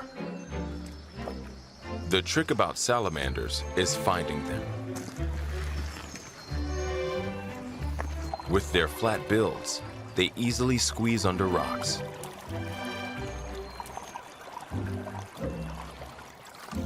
Another lesson for the youngsters: some species of salamander are highly toxic. Food poisoning for mom could be fatal to the whole family. Somehow, bears know which ones to avoid.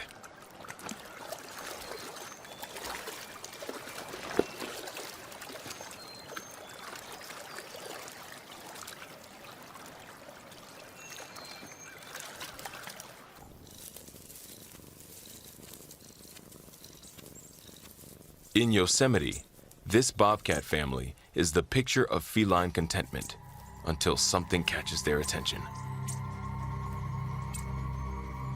An adolescent black bear has suddenly arrived who doesn't know quite what to make of the cats. The bobcat mother doesn't even give the bear a second thought.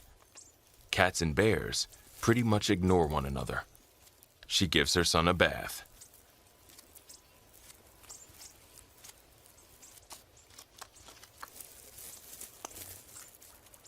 The skinny young bear decides to look for something more edible.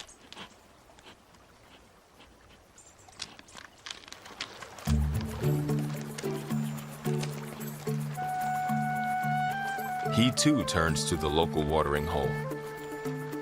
The Merced River is full of good things to eat. And here's a dead trout, the pride and joy of the signal crayfish. The bear smells the ripening fish immediately. The crayfish tugs possessively at his prize.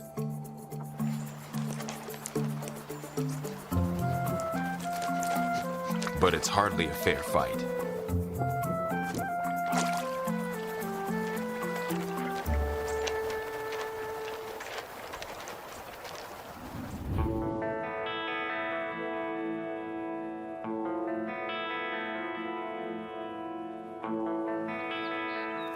Late June in the gates of the Arctic, and this grizzly mother is out of hibernation. New cubs in tow, and she hasn't eaten since last fall.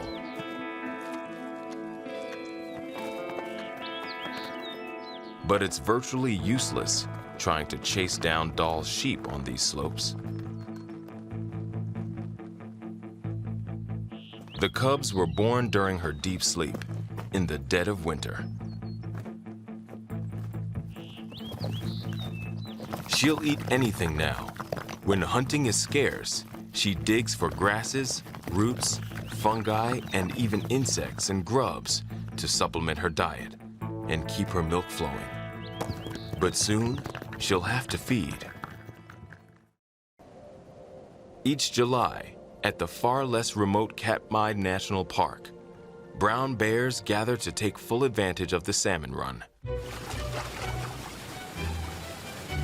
The wild superstars of the North engaged in the cleverest, laziest, funniest fishing ever.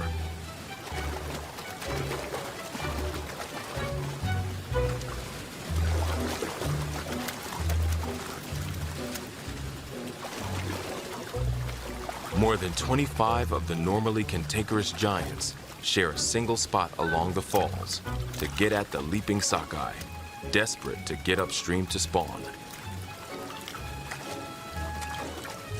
An experienced bear can snap up 30 a day with a minimal investment of energy. But bears and fish are not the only ones making this pilgrimage. This is more of a showcase than a pristine wilderness.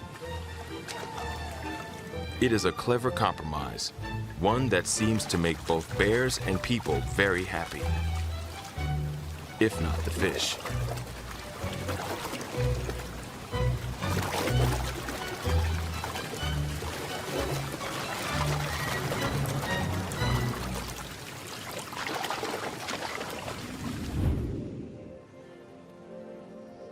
All across the national parks, summer is in full force. The climate is almost tropical now.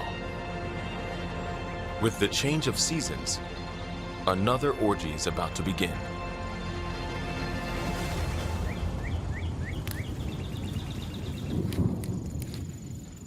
In Great Smoky Mountains National Park, our bear family is in hog heaven. Summer is when bears pig out. And in summer, humidity plus elevation equals precipitation.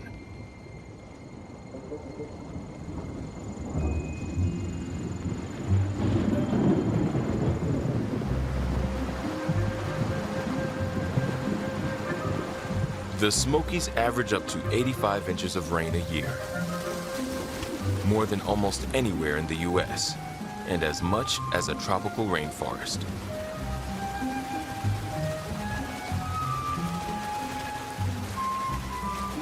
Rain or shine, our bears are in their element, especially on a black cherry tree groaning with fruit.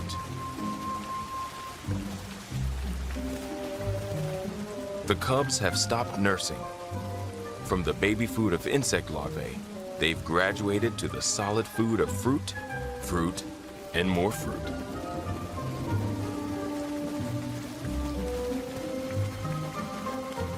Dining here is tricky. Once you pick the main branches clean, how do you get to the thin branches farther out without breaking your neck?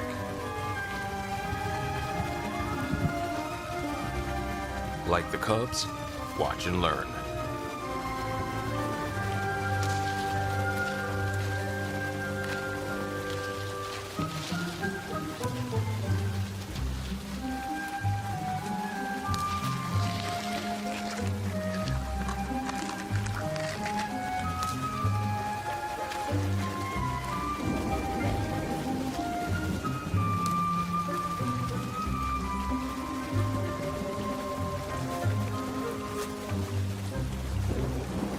Now she can enjoy the fruits of her labor from the safety of her perch, brandished as easily as a lollipop. Fruit is more than a treat, it's a lifesaver. Like the proverbial ant that labors all summer, they're constantly building reserves of fat, vital for surviving next winter and vital for breeding. A well-fed bear has better chances to give birth.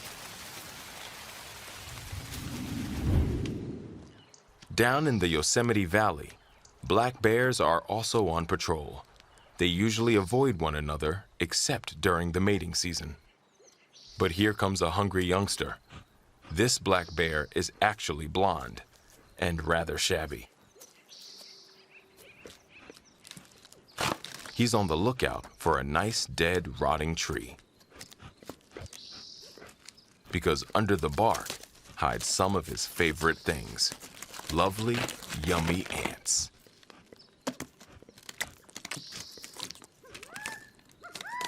Even better, eggs and grubs. These are little bags of protein, just what a growing bear needs.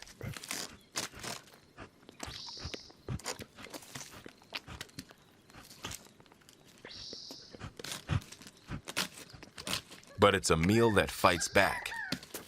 Ants bite and spray nasty formic acid that burns sensitive noses.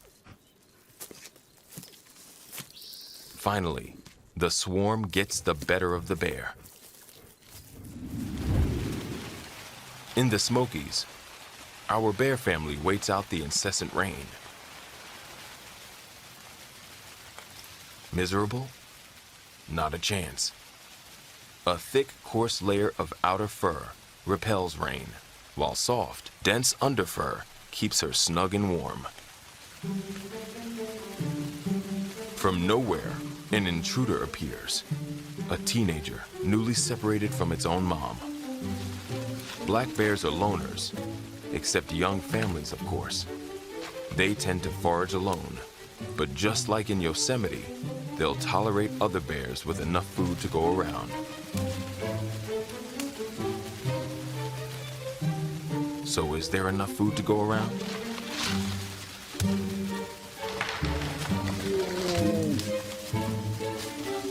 Guess not.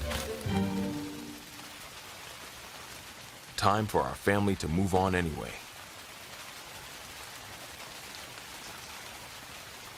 They've gorged on the first crop of cherries. But they'll remember this lunch spot and return in a week or two for the next ripe batch.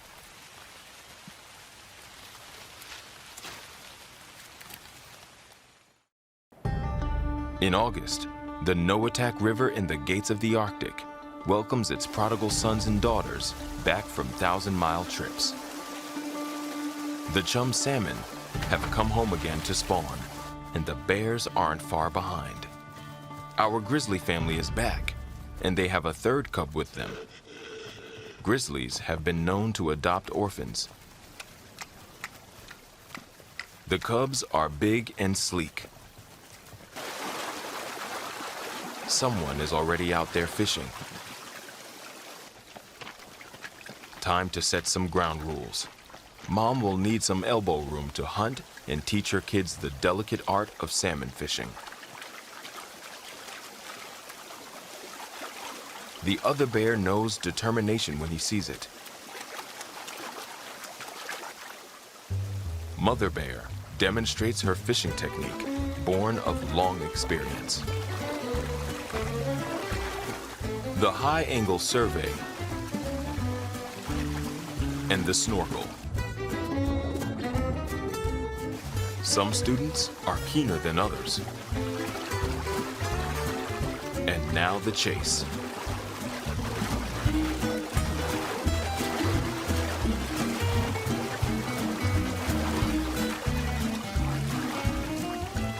And voila!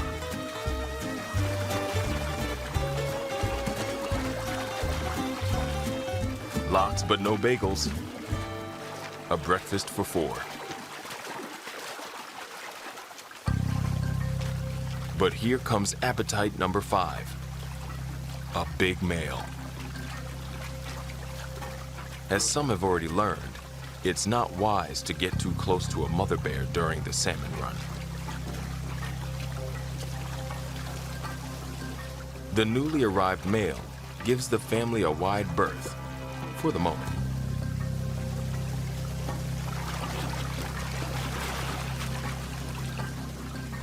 While she resumes her hunt, he pretends not to be all that interested. Again, she strikes gold, and he's still being casual.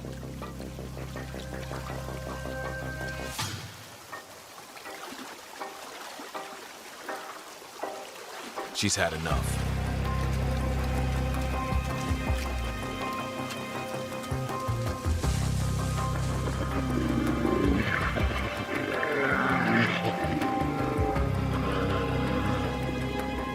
She rushes him, but then they seem to reach a moaning accord of some sort.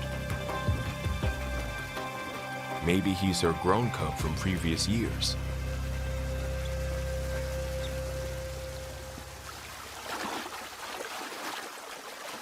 She leads her family away and leaves behind a big fish. A gift? A distraction? Who knows?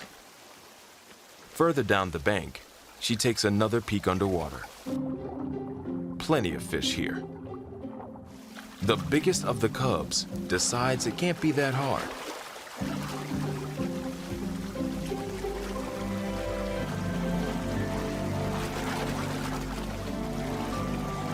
Must remember not to breathe water.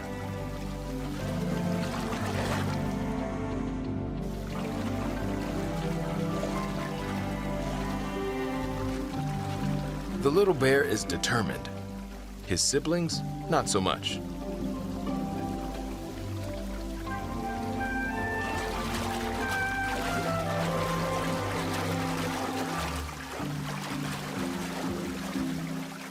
Nailed it, and it's a whopper.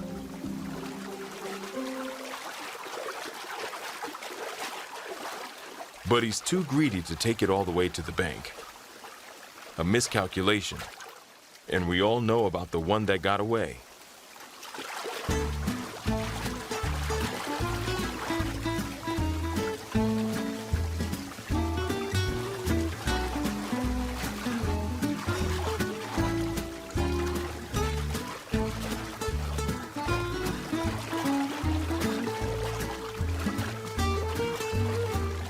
He won't be making that mistake again soon.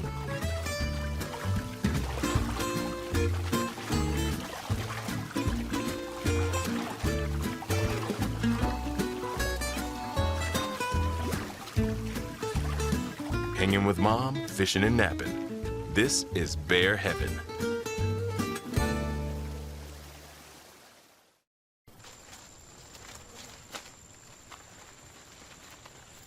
Our bear family in the Smokies returns to its lunchtime hangout for another helping of black cherries.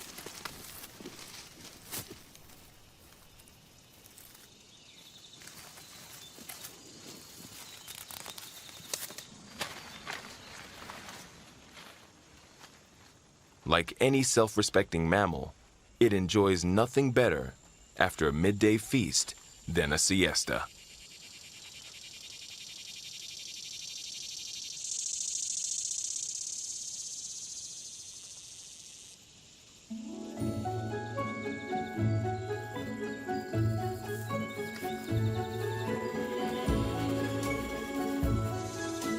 In the Smokies, the black bear enjoys safety from its worst enemy, bad PR. Black bears are curious yet shy, intelligent yet skittish.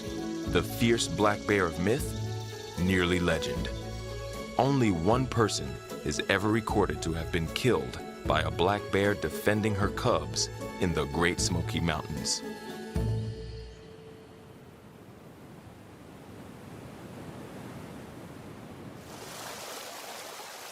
In the gates of the Arctic, the chum salmon are still spawning.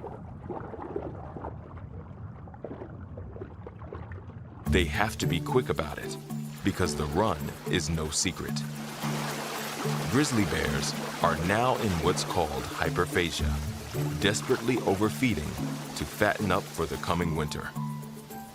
The bears usually steer clear of each other, maintaining around 20 square miles of elbow room. But now, they're in each other's faces.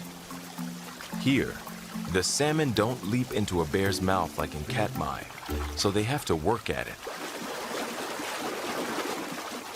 As our grizzly mom showed, the most skilled bears can catch fish after fish, but this guy's just learning. And he's got competition. A female. She's an old hand at salmon fishing.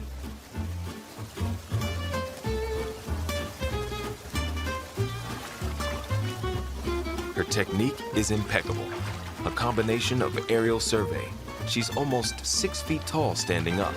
Then a good snorkel underwater.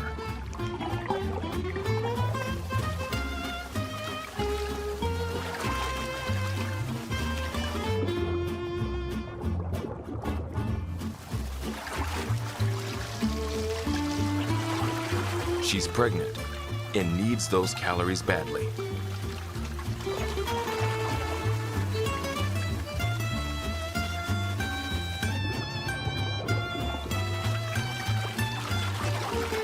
Now the pursuit.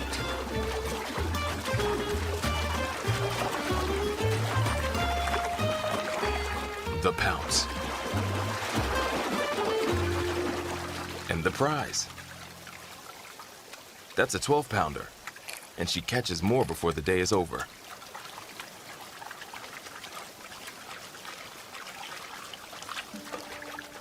But time is short. Above the Arctic Circle, summer is fleeting. Instantly, the valleys are aflame with the colors of fall. Red flags reminding all living things that there is urgent business to attend to, because the snows could be days away. And it's a bittersweet time in Yellowstone.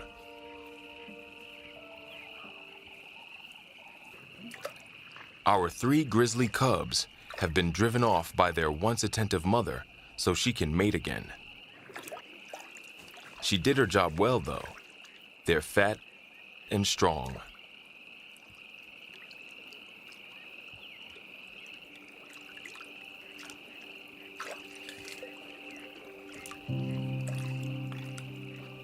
The lake provides relief from the heat and adds some much-needed greens to their diets. They fill up on tasty aquatic plants.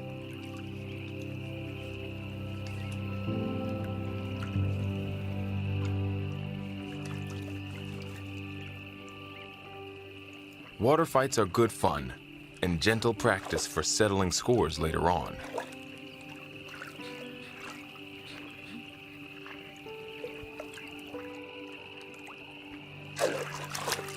The triplets will soon go their separate ways to face their first winter alone.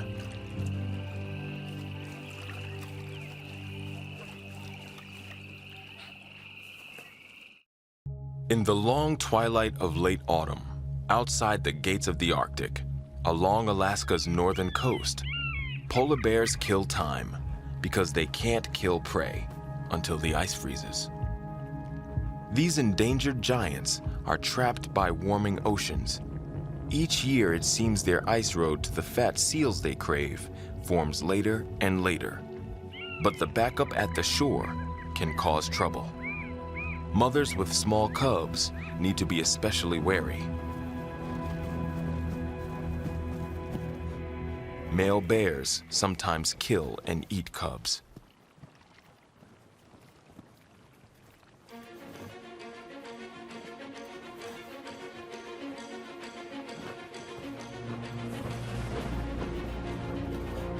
And this hungry young male is too close for comfort.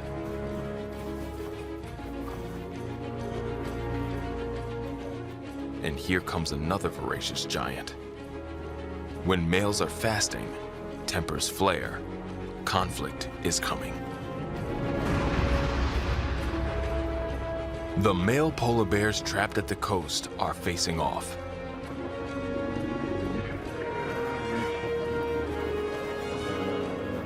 Mother wisely escorts her cubs away.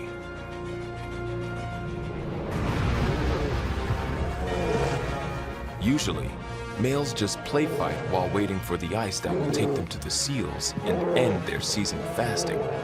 But the ice is coming later and later each year.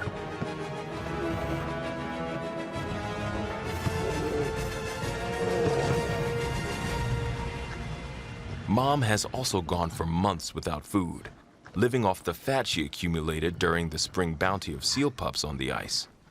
But still, she's patient with her youngsters.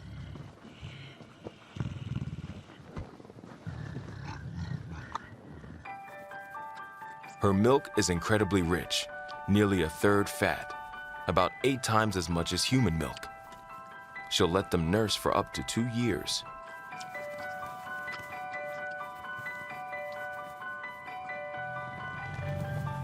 For now, all they can do is wait for the ice.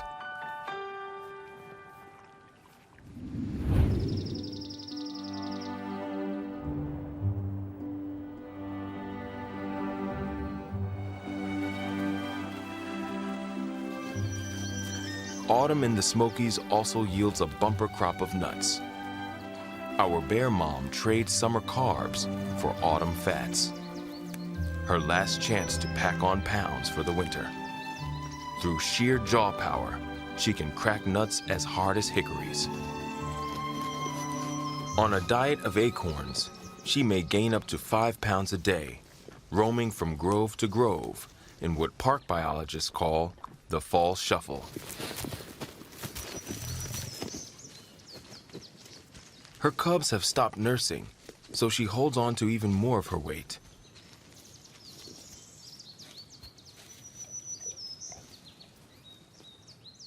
Any day now, the whole family will retire to a cozy den for their long winter's nap.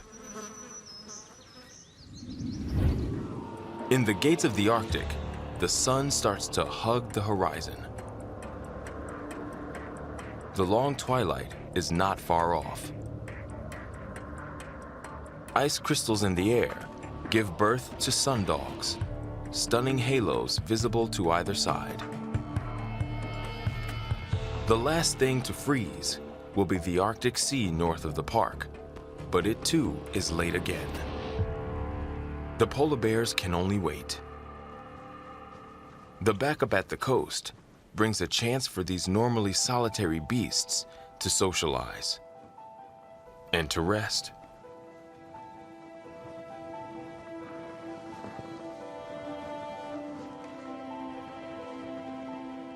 They're professionals when it comes to conserving energy.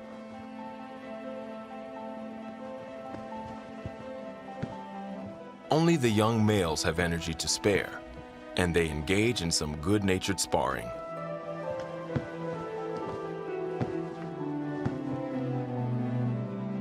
Come spring, they may badly hurt each other over a female, but this is all in good fun.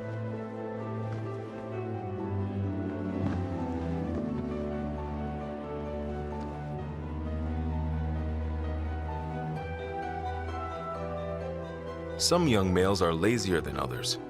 This guy is still nursing, even though he's bigger than his mother is. He's over 2.5 years old now, the age when polar bear mothers start cutting the apron strings.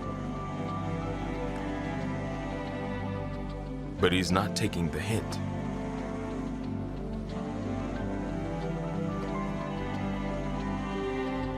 Even when it's more than just a hint, soon she will have no patience for her big baby.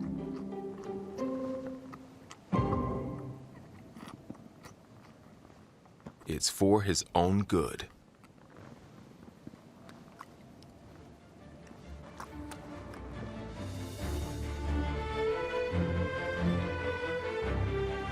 Finally, the sea is freezing over.